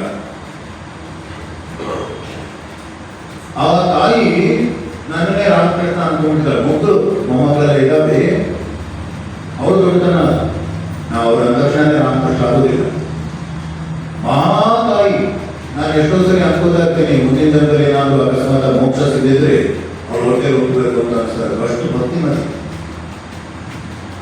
ಇಲ್ಲೂ ಇದ್ದಾರೆ, ಒಳ್ಳೊಳ್ಳೆ ಭಕ್ತರು. ತುಂಬಾ ಜನ ಭಕ್ತರಿರ್ತಾರೆ. ಅವರು ನೋಡಿ ಮೌನವಾಗಿ ಸೇವೆ ಮಾಡಿರ್ತಾರೆ. ಅವರು ನೋಡೋದೇ ಪುಣ್ಯ ಅಂತ ನಮಗಂತೂ ಅನ್ಸುತ್ತೆ. ನಮ್ಮಲ್ಲೊಬ್ಬರು ಡಾಕ್ಟರ್ ಶಾರದಾದೇವಿ ಅಂತಿದ್ದಾರೆ, 13 ವರ್ಷದಿಂದ ನಮ್ಮ ಮಠ ನಡೆಸ್ತಾ ಇದ್ದಾರೆ. ಬಹಳ ಅದ್ಭುತವಾದಂಥ ಮಹಾಮಹಿಮಾನಂದ ಭಕ್ತರಿರ್ತಾರೆ. ಅವರು ನೋಡೋದೇ ಪುಣ್ಯ. ಅಂತಹ ಭಕ್ತಿದಾರನ ಅಂತ ಭಕ್ತರಿಗೋಸ್ಕರ ಭಗವಂತ ದರೆಗಳಿಗೆ ಬರ್ತಾನಲ್ವಾ, ಹಾಗೆ ಅವರನ್ನು ನೋಡೋದು ಪುಣ್ಯ ಅಂತ ನಮಗೂ ಅನಿಸುತ್ತೆ. ಗುರು ಶಿಷ್ಯನಿಂದ ಎಷ್ಟೇ ದೂರದಲ್ಲಿ ಈಗ ಉದ್ಧಾರವಾಗಲಿ ಅಂತ ಗುರುದೇವರಿಂದ ಹೊರಟ ಒಂದೇ ಒಂದು ಕೃಪಾಸ್ಪಂದನ ಶಿಷ್ಯನನ್ನ ಭೂಮಂಡಲಕ್ಕೆ ಎತ್ತಿ ಬಿಡುತ್ತದೆ. ಅಷ್ಟು ಮಟ್ಟಿಗೆ ಒಳ್ಳೆಯದಾಗಲಿ ಅಂತ ಆಧ್ಯಾತ್ಮಿಕ ಸಾಮ್ರಾಜ್ಯದಲ್ಲಿ ವಿಹರಿಸುವಂತೆ ಮಾಡುತ್ತದೆ. ಅದೊಂದು ಅಪೂರ್ವವಾದ ಆನಂದ, ಅದನ್ನು ಹೇಳೋಕ್ಕಾಗೋದಿಲ್ಲ. ತಾಯಿ ಮಗುವನ್ನು ಎತ್ಕೊಂಡು ಓಡಾಡ್ತಿರ್ತಾಳೆ, ಉಚಿತ ಓಡಾಡ್ತಿರ್ತಾಳೆ, ಅದನ್ನು ಏನು ಹೇಳೋದು, ಏನು ವರ್ಣಿಸೋದು? ಈ ಲೌಕಿಕತೆ ಉದಾಹರಣೆಗಳನ್ನೇ ಓದಾಸರು ಹೇಳೋದು, ವರ್ಣಿಸೋದು ಕಷ್ಟ. ಅಂತ ಬಾಯಿ ತಕೊಂಡು ನಿಂತ್ಕೊಳ್ಳೋದು. ಇನ್ನು ಭಗವಂತನ ಬಗ್ಗೆ ಏನು ಹೇಳೋದು? ಅರ್ಜುನನೆಯ ವಿಶ್ವರೂಪ ದರ್ಶನ ನೋಡ್ಲಿಕ್ಕೆ ಆಗಲಿಲ್ಲ ಅಂತ ವರ್ಣಿಸೋದೇ. ಅಜ್ಞಾನ ವರ್ಷದಿಂದ ಶಿಷ್ಯ ಎಂತೆಂಥ ತಪ್ಪು ದಾರಿಯಲ್ಲಿ ಹೆಜ್ಜೆ ಹಾಕನ್ನು ಹೇಳಬರುವುದಿಲ್ಲ. ಆದರೆ ನಿರಂತರವೂ ಅವನ ಚಲನವನ್ನು ಗಮನಿಸಿ ಗುರುದೃಷ್ಟಿ ಮೆಲ್ಲನೆ ಅವನ ಹೆಜ್ಜೆಯನ್ನೆತ್ತಿ ಸರಿದಾರಿಯಲ್ಲಿ ಇರಿಸುವ ಬರೀ ಅದೆಷ್ಟು ಚಂದ. ಅವನೇ ಅಪಾರವಾದ ಕಾಳಜಿ ಇರುತ್ತೆ, ಅಪಾರವಾದ ಪ್ರೀತಿ ಇರುತ್ತೆ. ಹಾಗೆಯೇ ಶಿಷ್ಯರಲ್ಲೂ ಕೂಡ ಇವರು ನಮ್ಮ ಒಳ್ಳೆಯದಕ್ಕೆ ಹೇಳ್ತಾ ಇರುವಂಥ ವಿವೇಕ ಇರುತ್ತೆ. ಎಷ್ಟೋ ಜನ ಸ್ವಲ್ಪ ನೇರವಾಗಿ ಹೇಳಿದ್ರು ಕೂಡ ಕೆಲವೊಂದ್ಸರಿ ಅಪಾರ್ಥ ಮಾಡ್ಕೊಂಡ್ಬಿಡ್ತಾರೆ. ನನಗೆ ಹೇಳಿದ್ರು ಅನ್ನುವಂಥ ಅವಿವೇಕದ ಯಾಕೆ ಹೇಳಿದ್ರು? ಯಾರು ಹೇಳೋರಾಗೂ ಇದ್ದಾರಲ್ಲ, ಈಗ ಮಾಡಿ ಅಂತ ಹೇಳೋರಾಗೂ ಇದ್ದಾರಲ್ಲ, ಅದೆಷ್ಟು ಪುಣ್ಯವಂತರು ನಾವು ಅಂತ ಭಾವಿಸುವಂಥ ವಿವೇಕ ಬರಬೇಕಾಗುತ್ತೆ, ವಿನಮ್ರತೆ ಬರಬೇಕಾಗುತ್ತೆ. ಜನ್ಮ ಜನ್ಮಾಂತರಗಳು ನಮ್ಮ ಜೊತೆಗೆ ಬರುವುದು ಎರಡೇ, ಒಂದು ಕರ್ಮ, ಇನ್ನೊಂದು ಗುರುಗಳು ಬೇಕು. ಯಾರು ಗುರುವನ್ನು ಸ್ವೀಕರಿಸಲವೋ ಅವರೊಂದಿಗೆ ಬರುವುದು ಅವರ ಕರ್ಮ ಮಾತ್ರ. ಮತ್ತೆ ಯಾವ ಗುರುವನ್ನು ಸ್ವೀಕರಿಸುವುದು? ಬೆಳಿಗ್ಗೆ ಬ್ರಹ್ಮಾಂಡ ಗುರುವನ್ನು ಸ್ವೀಕರಿಸ್ಬಿಡೋಣವೇ ದಿನವನ್ನು ಹೇಳ್ತಾರೆ. ಎಷ್ಟು ಮನೆ ಕುದುರೆಗಳನ್ನು ತಂದಿಟ್ಟು ಮನೆ ಹಂಗೆ ಇರಲಿ, ಅದು ಒಂದು ಅರ್ಥ ಇರ್ತದೆ. ಆದರೆ ಈ ಕುದುರೆಗಳನ್ನ ಈ ಜಗತ್ತನ್ನೆಲ್ಲ ನಡೆಸುವಂತ ಆ ಮಹಿಮಾನ್ವಿತ ಪರಮಾತ್ಮನೇ ಪ್ರಾರ್ಥನೆ ಮಾಡೋಣ, ದುರ್ಗಾ ಮಾತೆಯನ್ನು ಪ್ರಾರ್ಥನೆ ಮಾಡೋಣ. ತಾಯಿ ಜಗದಂಬೆ, ನನಗೆ ದಾರಿ ತೋರಿಸು, ನನ್ನ ಕೈ ಹಿಡಿದು ನಡೆಸುವ ಗುರು ನನ್ನ ಕಡೆ ಕಳಿಸ್ಕೊಡು ಅಂತ ಪ್ರಾರ್ಥನೆ ಮಾಡೋಣ. ಅಂತರ್ಯಾಮ ಗುರು ನಮಗೆ ಸರಿಯಾದ ಮಾರ್ಗದರ್ಶನ ಮಾಡ್ತಾನೆ. ಕಿಂಚಿತ್ತು ಹೇಳುವುದು ಹಾಗೆ, ನಾವು ಕಿಂಚಿತ್ತು ಹೇಳುವುದು ಹಾಗೆ ನಮ್ಮ ಕೈ ಹಿಡಿದು ನಡೆಸ್ತಾನೆ. ಪ್ರಾರ್ಥನೆ ಬಹಳ ಮುಖ್ಯ. ಪ್ರಾರ್ಥನೆ ಮಾಡ್ತಾ ಇರಬೇಕು. ಮಂತ್ರ ಕೊಟ್ಟು ಎಲ್ಲೂ ಹೋಗ್ಬಿಡ್ತಾರೆ ಗುರುಗಳು. ಹೇಳ್ತಾ ಇರಬೇಕು. ನಾರದ ಹೇಳಿದ್ನಲ್ಲ ರಾಮ ರಾಮ ಅಂತ ಹೇಳೋದನ್ನ ಸುಮ್ಮನೆ ಅವನು ಹೇಳ್ತಾ ಇರ್ತಾನೆ ನೋಡಿ, ರಾಮಾಯಣ ಬರ್ತದೆ. ಹಾಗೆಯೇ ನಾವು ಆ ಮಾತಿನ ನಮಗೆ ಬಹಳ ನಂಬಿಕೆ ಅನ್ನೋದು ಎಷ್ಟು ದಪ್ಪ ಇರಬೇಕಾಗುತ್ತೆ ಅನ್ನೋದು ಹಿಮಾಲಯ ಪರ್ವತಷ್ಟು ದಪ್ಪ ಇರುತ್ತೆ. ಎಷ್ಟು ಕೋಟಿ ವರ್ಷಗಳ ಹಿಮಾಲಯ ಪರ್ವತ ಆಯಿತು, ಎಷ್ಟು ಕರಗ್ತಾ ಇರೋದು ಕರಗ್ತಾ ಇದೆ ಎಲ್ಲರೂ ಹೇಳ್ತಾನೆ ಇರ್ತಾರೆ. ಎಷ್ಟು ನೀರು ತೆಗಿತಾ ಇದೆ, ಎಷ್ಟು ದಪ್ಪ ಇರಬೇಕು ನಂಬಿಕೆ, ಅಷ್ಟು ದಪ್ಪ ಇರಬೇಕು. ಕೋಟಿ ಕೋಟಿ ವರ್ಷಗಳಿಂದ ಜೀವಗಳಿಗೆ ನೀರನ್ನು ಹರಿಸ್ತಾ ಇದೆ, ಎಷ್ಟು ದಪ್ಪ ಇರಬೇಕು, ಎಷ್ಟು ದಪ್ಪ ಮಾಡಿರ್ಬೇಕು ಅದನ್ನ ಭಗವಂತ. ಹಾಗೆ ನಮ್ಮ ನಂಬಿಕೆ ಭಗವಂತನಲ್ಲಿ ಅಪಾರವಾದ ನಂಬಿಕೆ ಇರಬೇಕು. ಒಳ್ಳೇದು ಮಾಡ್ತಾನೆ ಇಲ್ವೋ, ಒಳ್ಳೇದು ಮಾಡ್ತಾನೆ ಇಲ್ವೋ, ಎಷ್ಟು ಡೌಟ್, ಒಳ್ಳೇದಾಗುತ್ತೋ ಇಲ್ವೋ, ಏನಾಗುತ್ತೋ ಏನಿಲ್ವೋ. ಸಂಶಯ ರಾಕ್ಷಸ ನಾಶ ಮಹಾಸ್ತ್ರ. ಆ ಸಂಶಯ ಅನ್ನೋದು ರಾಕ್ಷಸ ಕತ್ತರಿಸ್ಕೋಬೇಕು, ಒಳ್ಳೆಯದಾಗುತ್ತೆ ಅನ್ನುವಂಥ ದೃಢವಾದ ನಂಬಿಕೆ. ನಾವು ಮಾನವ ಗುರುವನ್ನು ಸ್ವೀಕರಿಸಿ ಮಂತ್ರೀಕ್ಷೆ ಪಡೆದರೂ ನಿಜವಾಗಿ ನಮ್ಮ ಶರಣಾಗತಿಯನ್ನು ಸ್ವೀಕರಿಸಿದವನು ಒಬ್ಬನೇ ಗುರು ವಿಶ್ವರು. ನಾವು ಯಾರು ಮನುಷ್ಯರು ಒಬ್ಬರನ್ನ ಯಾರೋ ಗುರುಗಳನ್ನ ತಗೊಂಡ್ರು ಕೂಡ ಅವನ ಹತ್ರ ಮಂತ್ರೀಕ್ಷೆ ತೆಗೆದುಕೊಂಡ್ರು ಕೂಡ ಒಬ್ಬನೇ ಗುರು ಅವನು ವಿಶ್ವರು. ಅವನೇ ಅವನ ರೂಪದಲ್ಲಿ ಬಂದು ನಮಗೆ ಕೊಟ್ಟಿದ್ದಾನೆ. ಶಿಷ್ಯನು ಮಾನವ ಗುರುವನ್ನೊಬ್ಬರನ್ನು ಸ್ವೀಕರಿಸಿ ಇವನೇ ನನ್ನ ಗುರು ಅಂತ ತಿಳಿದ್ರು ನಿಜವಾಗಿಯೂ ಗುರು ಯಾರು ಎಂಬುದು ಗುರುವಿಗೇ ಗೊತ್ತು. ಆ ಗುರು ನಮ್ಮ ಪೂಜೆ ಪುರುಷೋತ್ತಮ ಅಂತ ಹೇಳಿದರು, ಜಯ ರಾಮಕೃಷ್ಣ. ರಾಮಕೃಷ್ಣ ಒಬ್ಬೇ ಗುರು. ಮತ್ತೆ ಅದು ಸಂಕುಚಿತ ದೃಷ್ಟಿ ಅಲ್ಲ, ಎಲ್ಲರೂ ಲೋಕವನ್ನು ತಿದ್ದಕ್ಕೆ ಬಂದಂಥ ಭಕ್ತರನ್ನ ಕೃಪೆ ಮಾಡೋದಂದ್ರೆ ರಾಮಕೃಷ್ಣ ರೂಪದಲ್ಲಿ ಇವತ್ತು ವಿದ್ಯಾರ್ಥಿಗಳಿಗೆ ಹೇಳ್ತಾ ಇದ್ದೆ, ಈ ಆಶ್ರಮ ವಿದ್ಯಾರ್ಥಿಗಳಿಗೆ ಆ ಸ್ವಾಮಿ ವಿವೇಕಾನಂದ ಎಲ್ಲ ಟೆಸ್ಟ್ಗಳನ್ನು ರಾಮಕೃಷ್ಣ ಮಾಡಿದಾರಪ್ಪ, ನಾವೇನು ಟೆಸ್ಟ್ ಮಾಡೋದು ಅವನ್ನ ಅಂತ. ಮುಗ್ಧತೆ ಇಡೀ ಪರಂಪರೆಯಲ್ಲಿ 160 ವರ್ಷದ ಪರಂಪರೆಯಲ್ಲಿ ರಾಮಕೃಷ್ಣ ಆಗಲೇ ಬಹಳ ಟೆಸ್ಟ್ ಮಾಡಿ ನೋಡಿದ್ದಾರೆ. ಸುಮ್ಮನೆ ಮುಗ್ಧವಾಗಿ ಅವರನ್ನ ಪ್ರಾರ್ಥನೆ ಮಾಡೋದ್ರಿಂದ ನಾವು ಅನುಭವ ಮಾಡಿದ್ರೆ ಕೇಳ್ತೀವಿ ಅಂತ ಹೇಳಿದ್ರೆ ಅದನ್ನು ನಂಬಿಕೆ ಬೆಳೆಸಬೇಕು. ನಾವು ಮಾನವ ಗುರುವನ್ನು ಪುನಃಸ್ವೀಕರಿಸಿ ಅವನಿಗೆ ಶರಣಾದಾಗ ಆ ಮಾನವ ಹೊರಗೇ ಉಳಿಯುವುದು. ಆದರೆ ಅವನೊಳಗಣ ಗುರುಶಕ್ತಿ ನಮ್ಮನ್ನು ಸ್ವೀಕರಿಸಿ ನಮ್ಮೊಳಗೆ ಪ್ರವೇಶಿಸಿ ನಿರಂತರವೂ ನಮ್ಮನ್ನು ಕೈ ಹಿಡಿದು ನಡೆಸುವುದು ಖಂಡಿತ. ದೇವರಿಗಂತೂ ಗುರುವೇ ಅಧಿಕ ಎಂದು ಕೆಲವರು ಇಲ್ಲ, ಗುರುವಿಗಿಂತ ದೇವರೇ ಅಧಿಕ ಎಂದು ಇನ್ನೂ ಕೆಲವರು. ಆದರೆ ಏಕೆ ಅಧಿಕ ಪ್ರಸಂಗ? ಗುರುವೇ ದೇವರು, ದೇವರೇ ಗುರು. ದೀಕ್ಷಾ ಗುರು, ಶಿಕ್ಷಾ ಗುರು. ದೀಕ್ಷಾ ಗುರು, ಶಿಕ್ಷಾ ಗುರು ಅಂತ ಇಬ್ಬರಿದ್ದಾರೆ. ಈ ಎರಡೂ ಪದಗಳು ನಮ್ಮ ದಕ್ಷಿಣ ಭಾರತೀಯರಿಗೆ ಅಷ್ಟು ಪರಿಚಿತವಲ್ಲ. ದೀಕ್ಷೆ ಕೊಡ್ತಾರೆ, ಪಂಚಾಕ್ಷರ ಮಂತ್ರ ಕೊಡ್ತಾರೆ, ಅವರ ಸಂಪ್ರದಾಯ ತಕ್ಕಂಗೆ ಅವರ ಮಠದ ಗುರುಗಳು ಕೂಡ ಮಂತ್ರಗಳನ್ನು ಕೊಡ್ತಾರೆ, ಮಾಡ್ತಾರೆ. ಶಿಕ್ಷಾ ಗುರು, ದೀಕ್ಷಾ ಗುರು. ದೀಕ್ಷೆ ಎಂಬ ಪದವು ನಮಗೆ ದಿಗ್ಭ್ರಮೆ ಹುಟ್ಟಿಸುತ್ತದೆ. ದೀಕ್ಷೆ ಕೊಡ್ತಾರೆ ಅಂದ ತಕ್ಷಣ ಹೇಳಿಕೆ ಆಗ್ಬಿಡುತ್ತೆ, ಏನೋ ಸನ್ಯಾಸ ಗಿನ್ಯಾಸ ಕೊಟ್ಟಾರ. ಸನ್ಯಾಸ ದೀಕ್ಷೆ, ಯಜ್ಞ ದೀಕ್ಷೆ ಎಂಬ ಪದಗಳು ಬಳಕೆಯಲ್ಲಿವೆ. ದೀಕ್ಷಾ ಗುರು ಎಂದರೆ ಯಾವ ದೀಕ್ಷೆ ಕೊಡುವವನು ಎಂಬ ಪ್ರಶ್ನೆ ಇರುತ್ತದೆ. ಮಂತ್ರ ದೀಕ್ಷೆಯನ್ನು ಕೊಡುವವನಿಗೆ ದೀಕ್ಷಾ ಗುರು ಎಂಬ ಹೆಸರು ಬಂಗಾಳದಲ್ಲಿ ಪ್ರಚಲಿತ.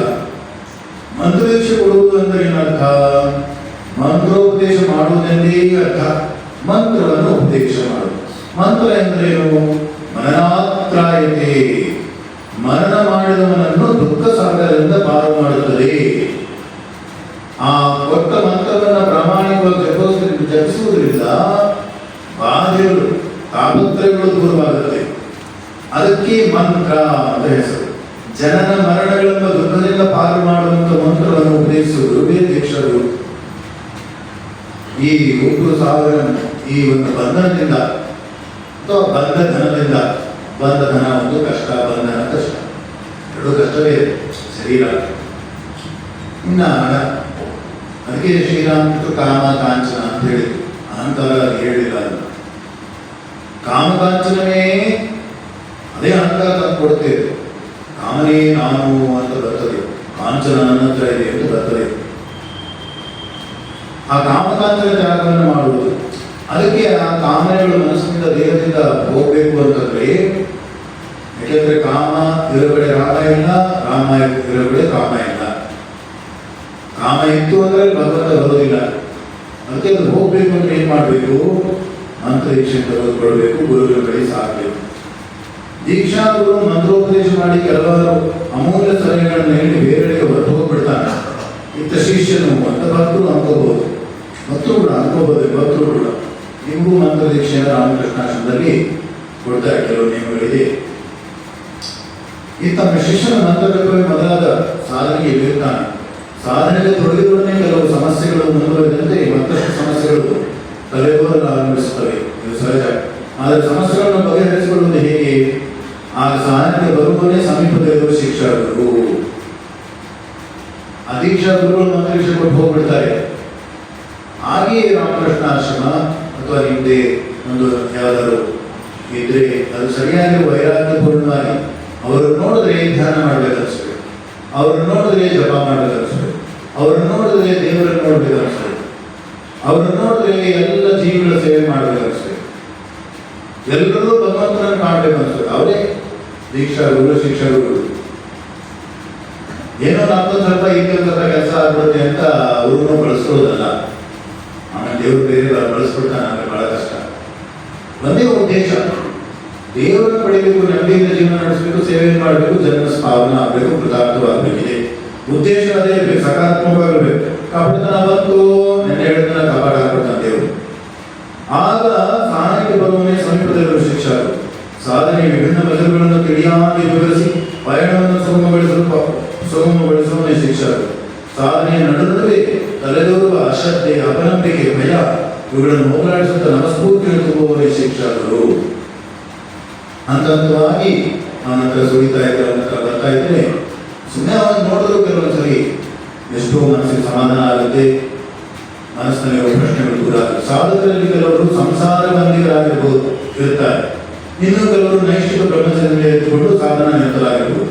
ಈ ಎರಡೂ ಬಗೆಯ ಸಾಧಕರ ಶಕ್ತಿ, ಸಾಮರ್ಥ್ಯ, ಅಗತ್ಯಗಳು ಬೇರೆ ಬೇರೆ. ಶಿಕ್ಷಕರು ಇವನ್ನೆಲ್ಲ ಕೂಲಂಕುಷವಾಗಿ ಗಮನಿಸುತ್ತಿರ್ತಾನೆ ಮತ್ತು ಅವರಿಗೆ ಸಂಯೋಜಿತ ಹಾಗೂ ಸಮುಚಿತ ಸಲಹೆಗಳನ್ನು ನೀಡುವುದರ ಮೂಲಕ ಅವರ ಸಾಧನೆಗಳು ಹೆಚ್ಚು ಆತಂಕಗಳಿಂದ ಮುಂದುವರಿಯುವಂತೆ ಮಾಡುತ್ತಾರೆ. ಇಲ್ಲಿ ಒಂದು ಬಹುಮುಖ್ಯ ವಿಷಯವನ್ನು ನೆನಪಿಟ್ಟಬೇಕು. ಸಾಧಕರು ಸಾಧನೆಯಲ್ಲಿ ಮುಂದುವರಿದು ಒಂದು ಮಟ್ಟವನ್ನು ಮುಟ್ಟಿದ ಮೇಲೆ ಬಾಹ್ಯ ಗುರುಗಳು ಬಾಯನಲ್ಲೇ ಉಳಿದಿದ್ದಾರೆ. ಆಗ ಸಾಧಕ ತನ್ನ ಅಂತರ್ಯಾಮಿ ಗುರುವಿನ ನೆರವನ್ನೇ ಪಡೆಯಬೇಕು. ಏಕೆಂದರೆ ಅವನ ಅಂತರಂಗದ ಸ್ಥಿತಿಗತಿಯನ್ನು ಅರಿತವನೆಂದರೆ ಈ ಅಂತರ್ಯಾಮಿ ಗುರು ಮಾತ್ರವೇ.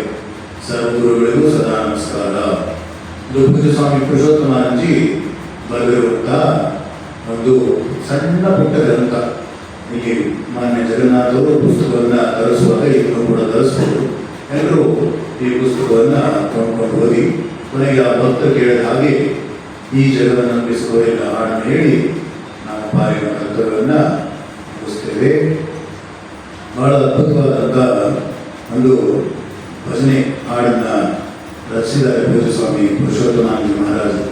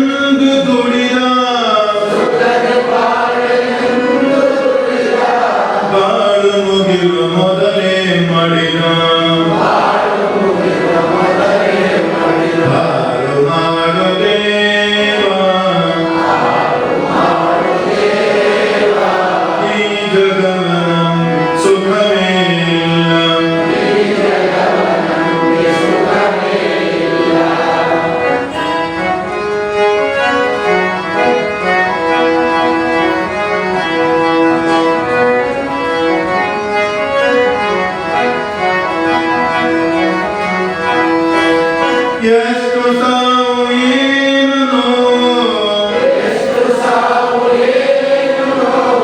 ಇದಕ್ಕೆ ಆದಿ ಅಂತ್ಯವಿಲ್ಲ. ಎಷ್ಟು ಸಾವು ಏನು ನೋವು, ಇದಕ್ಕೆ ಆದಿ ಅಂತ್ಯವಿಲ್ಲ. ಆಸೆ ಪಟ್ಟು ಪಡೆದುದನ್ನೆಲ್ಲ ಇಲ್ಲೇ ಬಿಟ್ಟು ನಡೆಯುವರೆಲ್ಲ ಪಾರು ಮಾಡು ದೇವ, ಈ ಜಗವನಂಬಿ ಸುಖವೇ ಇಲ್ಲ.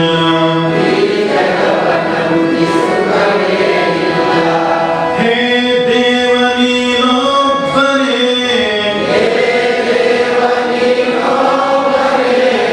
ಆತ್ಮೀಯ ಬಂಧು ಎನಗೆ. ಹೇ ದೇವ ನೀನೊಬ್ಬನೇ,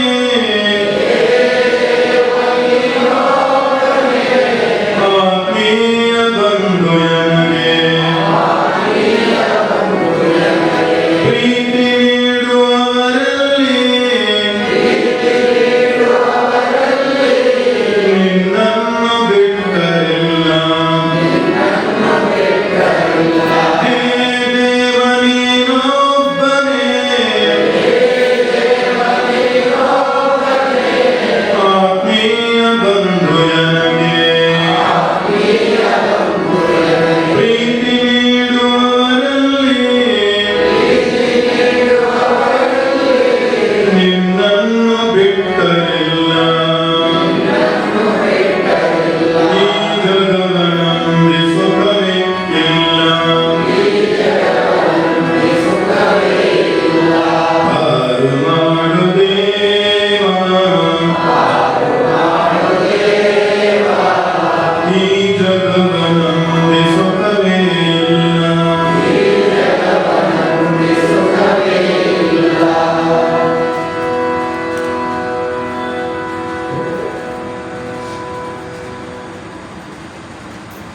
ಪ್ರತಿ ವರ್ಷ ಇಲ್ಲಿಯ ಶ್ರೀರಾಮಕೃಷ್ಣರು ಕಳೆದ 7-8 ವರ್ಷಗಳಿಂದ ನನ್ನನ್ನು ಇಲ್ಲಿಗೆ ಕರ್ಕೊಂಡು ಬರ್ತಾ ಇದ್ದಾರೆ. ವಿಜಯಕುಮಾರ್ ಅವರು ಕಾರ್ಯದರ್ಶಿಗಳಿದ್ದಾಗ ಕಲಿತು ಅಭ್ಯಾಸ ಮಾಡಿಸೋದು, ನಾವು ಬಂದು ಉಪನ್ಯಾಸ ಮಾಡೋ ಅಭ್ಯಾಸ ಮಾಡಬಹುದು. ಈಗ ಮಾನ್ಯ ಜಗನ್ನಾಥಜಿಯವರು ಈ ಕಾರ್ಯಕ್ರಮಕ್ಕೆ ಬಹಳ ಅಚ್ಚುಕಟ್ಟಾಗಿ ಗೌರವದಿಂದ ಪ್ರೀತಿಯಿಂದ ಕರೀತಾರೆ. ಬರ್ತಾ ಇದ್ದೇವೆ.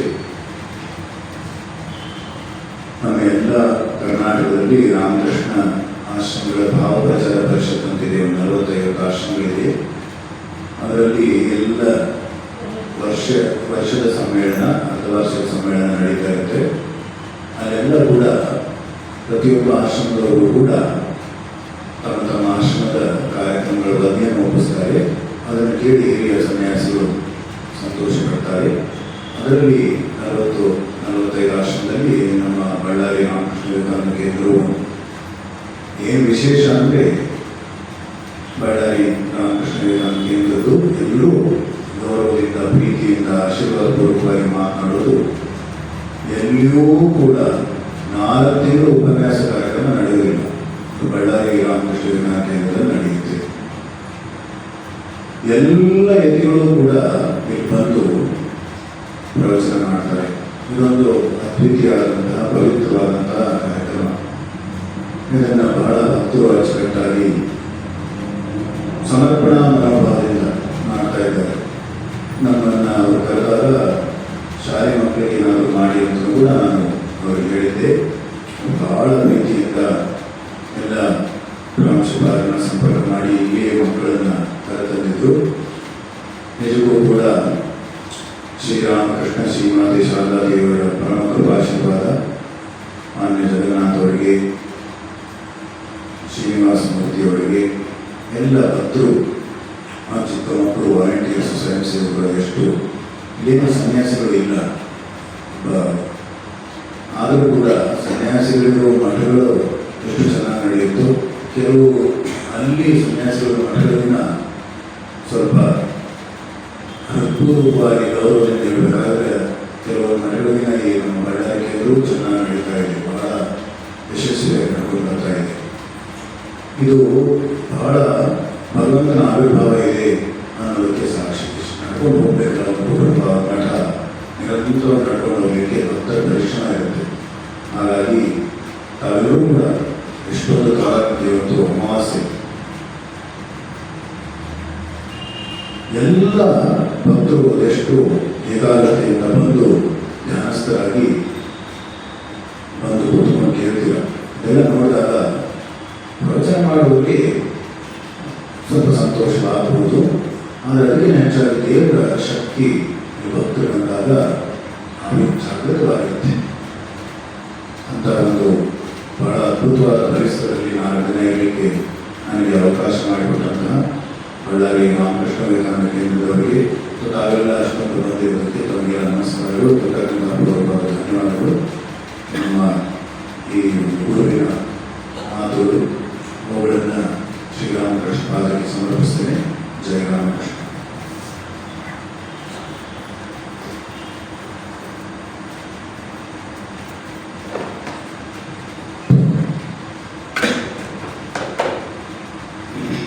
ಓಂ ನಮೋ ಭಗವತೆ ರಾಮಕೃಷ್ಣಾಯ. ಪೂಜ್ಯ ಸ್ವಾಮೀಜಿ ಅವರಿಗೆ ಪ್ರಣಾಮಗಳು ಮತ್ತು ಭಕ್ತರಿಗೆ ನಮಸ್ಕಾರ. ನಾವು ಕಳೆದ 4 ದಿವಸಗಳಿಂದ ಗುರು ಮಹಿಮೆ ಎಂಬ ವಿಷಯ ಕುರಿತು ಚಿಂತನೆ ಕೇಳ್ತೀವಿ. ಪೂಜ್ಯರು ನಮ್ಮ ಮಧುರಖಂಡದಿಂದ ಭಕ್ತಿ ಗೀತೆಗಳನ್ನು ಆರಂಭಿಸಿ ನಮಗೆ ಭಕ್ತಿ ರಸವನ್ನು ಮೂಡಿಸಿದ್ದಾರೆ. ಪೂಜ್ಯರು ಶ್ರೇಷ್ಠ ಗುರುಗಳನ್ನು ಹೀಗೆಂದು ವರ್ಣಿಸಿದ್ದಾರೆ: ಶಿಷ್ಯರಿಂದ ಏನೂ ಬಯಸಿದೆ, ಶಿಷ್ಯರ ಉದ್ಧಾರಕ್ಕಾಗಿ ನಿರಂತರ ಕಾಳಜಿ ವಹಿಸುತ್ತಾರೆ. ಶಿಷ್ಯನ ವಿನಮ್ರತೆ, ಶರಣಾಗತಿಗೆ ಮೆಚ್ಚಿ ಗುರು ಅಪಾರ ಕರುಣೆಯನ್ನು ಪ್ರತಿಪಾದಿಸ್ತಾನೆ. ಗುರು ಶಿಷ್ಯರ ಸಂಬಂಧ ದೇಹಾತೀತವಾದದ್ದು. ಇದಕ್ಕೆ ಉದಾಹರಣೆಯಾಗಿ ಗುರು ಮಹಾರಾಜರು ನಿರ್ಲಕ್ಷಿಸಿದರು ಸ್ವಾಮಿ ವಿವೇಕಾನಂದರು ಬಿಡದೆ ಗುರುಗಳ ಸಾನ್ನಿಧ್ಯಕ್ಕೆ ಬಂದು ತಮ್ಮ ವಿನಮ್ರತೆಯನ್ನು, ಶರಣಾಗತಿಯನ್ನು ಪ್ರದರ್ಶಿಸಿರುವ ವೃತ್ತಾಂತ ಹೃದಯ ಸ್ಪರ್ಶಿಯಾಗಿದೆ. ಉತ್ತಮ ಜನ್ಮ ಸಿಗುವುದು ಹರಿಕೃಪೆಯಿಂದ, ಆದರೆ ಮರುಜನ್ಮ ಇಲ್ಲದೆ ಮಾಡುವವರು ಗುರು ಕೃಪೆಯಿಂದ. ಗುರು ಮಹಾರಾಜರ ಬೇರೆ ಶಿಷ್ಯರಾದ ಪೂಜ್ಯ ರಾಮಕೃಷ್ಣಾನಂದಜಿಯವರ ಚೆನ್ನೈಗೆ ಬಂದು ಅವರ ಅಪಾರ ತಪಶಕ್ತಿಯಿಂದ ಇಂದು ಇಡೀ ದಕ್ಷಿಣ ಭಾರತದಲ್ಲಿ ಸಾವಿರಾರು ಶ್ರೀರಾಮಕೃಷ್ಣ ಆಶ್ರಮಗಳು ಸ್ಥಾಪಿತವಾಗಿರುವುದು ನಾವು ಕಾಣುತ್ತೀವಿ. ಪೂಜ್ಯರ ಇತರ ಹಿತವಚನಗಳು ಹೀಗಿರುತ್ತಿವೆ: ಜೀವನಕ್ಕೆ ನಾನಾ ಥರದ ಸಮಾಧಾನಗಳು ಬೇಕಾಗುತ್ತವೆ. ಮಹಿಮಾನ್ವಿತರನ್ನು ಗುರುತಿಸಬೇಕಾದರೆ ನಾವು ಮಹಿಮಾನ್ವಿತರಾಗಬೇಕು. ನಮ್ಮ ಎಲ್ಲ ಕಾರ್ಯಗಳು, ಭಾವನೆಗಳು ಪ್ರಾಮಾಣಿಕೆಯಿಂದ ಕೂಡಿರಬೇಕು. ಒಳ್ಳೆಯದನ್ನು ಮಾಡಿ ಒಳ್ಳೆಯದನ್ನು ಬೇಡಬೇಕು. ಅಹಂಕಾರವನ್ನು ನಮ್ಮ ಸೇವಕನಾಗಿ ಇಟ್ಟುಕೊಳ್ಳಬೇಕು. ಆಂತರ್ಯದಲ್ಲಿ ಸಭ್ಯತೆ ಗುರುಪದಿಸಿದ್ದರಿಂದ ಮಾತ್ರ ಸಿಗುತ್ತೆ. ಬುದ್ಧಿ ಮತ್ತು ಹೃದಯದ ಮಧ್ಯೆ ಸಂಘರ್ಷವಾದಾಗ ನಾವು ನಮ್ಮ ಹೃದಯದ ಮಾತನ್ನೇ ಕೇಳಬೇಕು. ಗುರು ಕೃಪೆ ಇಲ್ಲದೆ ಗುರು ಕೃಪೆ ಇಲ್ಲದವರು ದೀನರು ಎಂದು ಕೇಳಬೇಕು. ಗುರು ಕೃಪೆಗೆ ಸಾಟಿ ಯಾವುದೇ ಇಲ್ಲ. ಮನಸ್ಸಿನ ಕಾಯಿಲೆಗಳಿಗೆ ಆಧ್ಯಾತ್ಮಿಕ ಚಿಂತನೆಯೇ ಔಷಧಿ. ಅದನ್ನು ನೀಡುವವರೇ ಗುರುಗಳು. ವಿವೇಕದ ಜ್ಯೋತಿಯನ್ನು ನಮ್ಮಲ್ಲಿ ಬೆಳೆಸಿ ಜೀವನ ಸಾರ್ಥಕತೆಯನ್ನು ಕೊಡುವವರೇ ಗುರುಗಳು. ನಮ್ಮ ಆನಂದವನ್ನು ವರ್ಣಿಸಿ ಶ್ರೀ ಗುರು ಮಹಿಮೆಯ ಕುರಿತು ವಿಸ್ತಾರವಾಗಿ ತಿಳಿಸಿಕೊಟ್ಟಿದ್ದಕ್ಕಾಗಿ ಪೂಜಾರಿಗೆ ಅನೇಕ ಧನ್ಯವಾದಗಳು. ಅವರಿಗೆ ನಮ್ಮ ಕೇಂದ್ರದ ಪರವಾಗಿ ಭಕ್ತಿಪೂರ್ವಕ ಕಾಣಿಕೆಯನ್ನು ಶ್ರೀ ಷಡಾಕ್ಷನವರು ಕೊಡಬೇಕಂತ ವಿನಂತಿಸಿಕೊಳ್ತೀನಿ.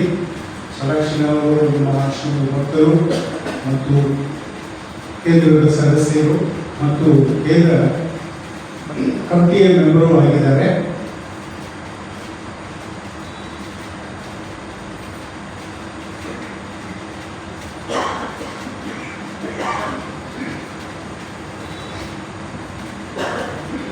ಅವರಿಗೆ ಧನ್ಯವಾದಗಳು. ಕಾರಣಾಂತರಗಳಿಂದ ನಾಳೆಯ ಒಂದು ದಿವಸದ ಕಾರ್ಯಕ್ರಮವನ್ನು ಮಾತ್ರ ನಡೆಸಲಿದ್ದಾರೆ ಶ್ರೀ ರಾಜಶೇಖರ್ ಅಧ್ಯಾಪಕರು. ಅವರು ಕೂಡ ನಮ್ಮ ಆಶ್ರಮದ ಭಕ್ತರು ಮತ್ತು ಸದಸ್ಯರು. ಶಾಂತಿ ಮಂತ್ರದೊಂದಿಗೆ ಇಂದಿನ ಕಾರ್ಯಕ್ರಮ ಮೊದಲಾಗುತ್ತೆ. ತದನಂತರ ಭಕ್ತರು ತಮ್ಮ ಭೂತಾಣಿಗೆ ಸಲ್ಲಿಸಬಹುದು. ಜಯ ರಾಮಕೃಷ್ಣ.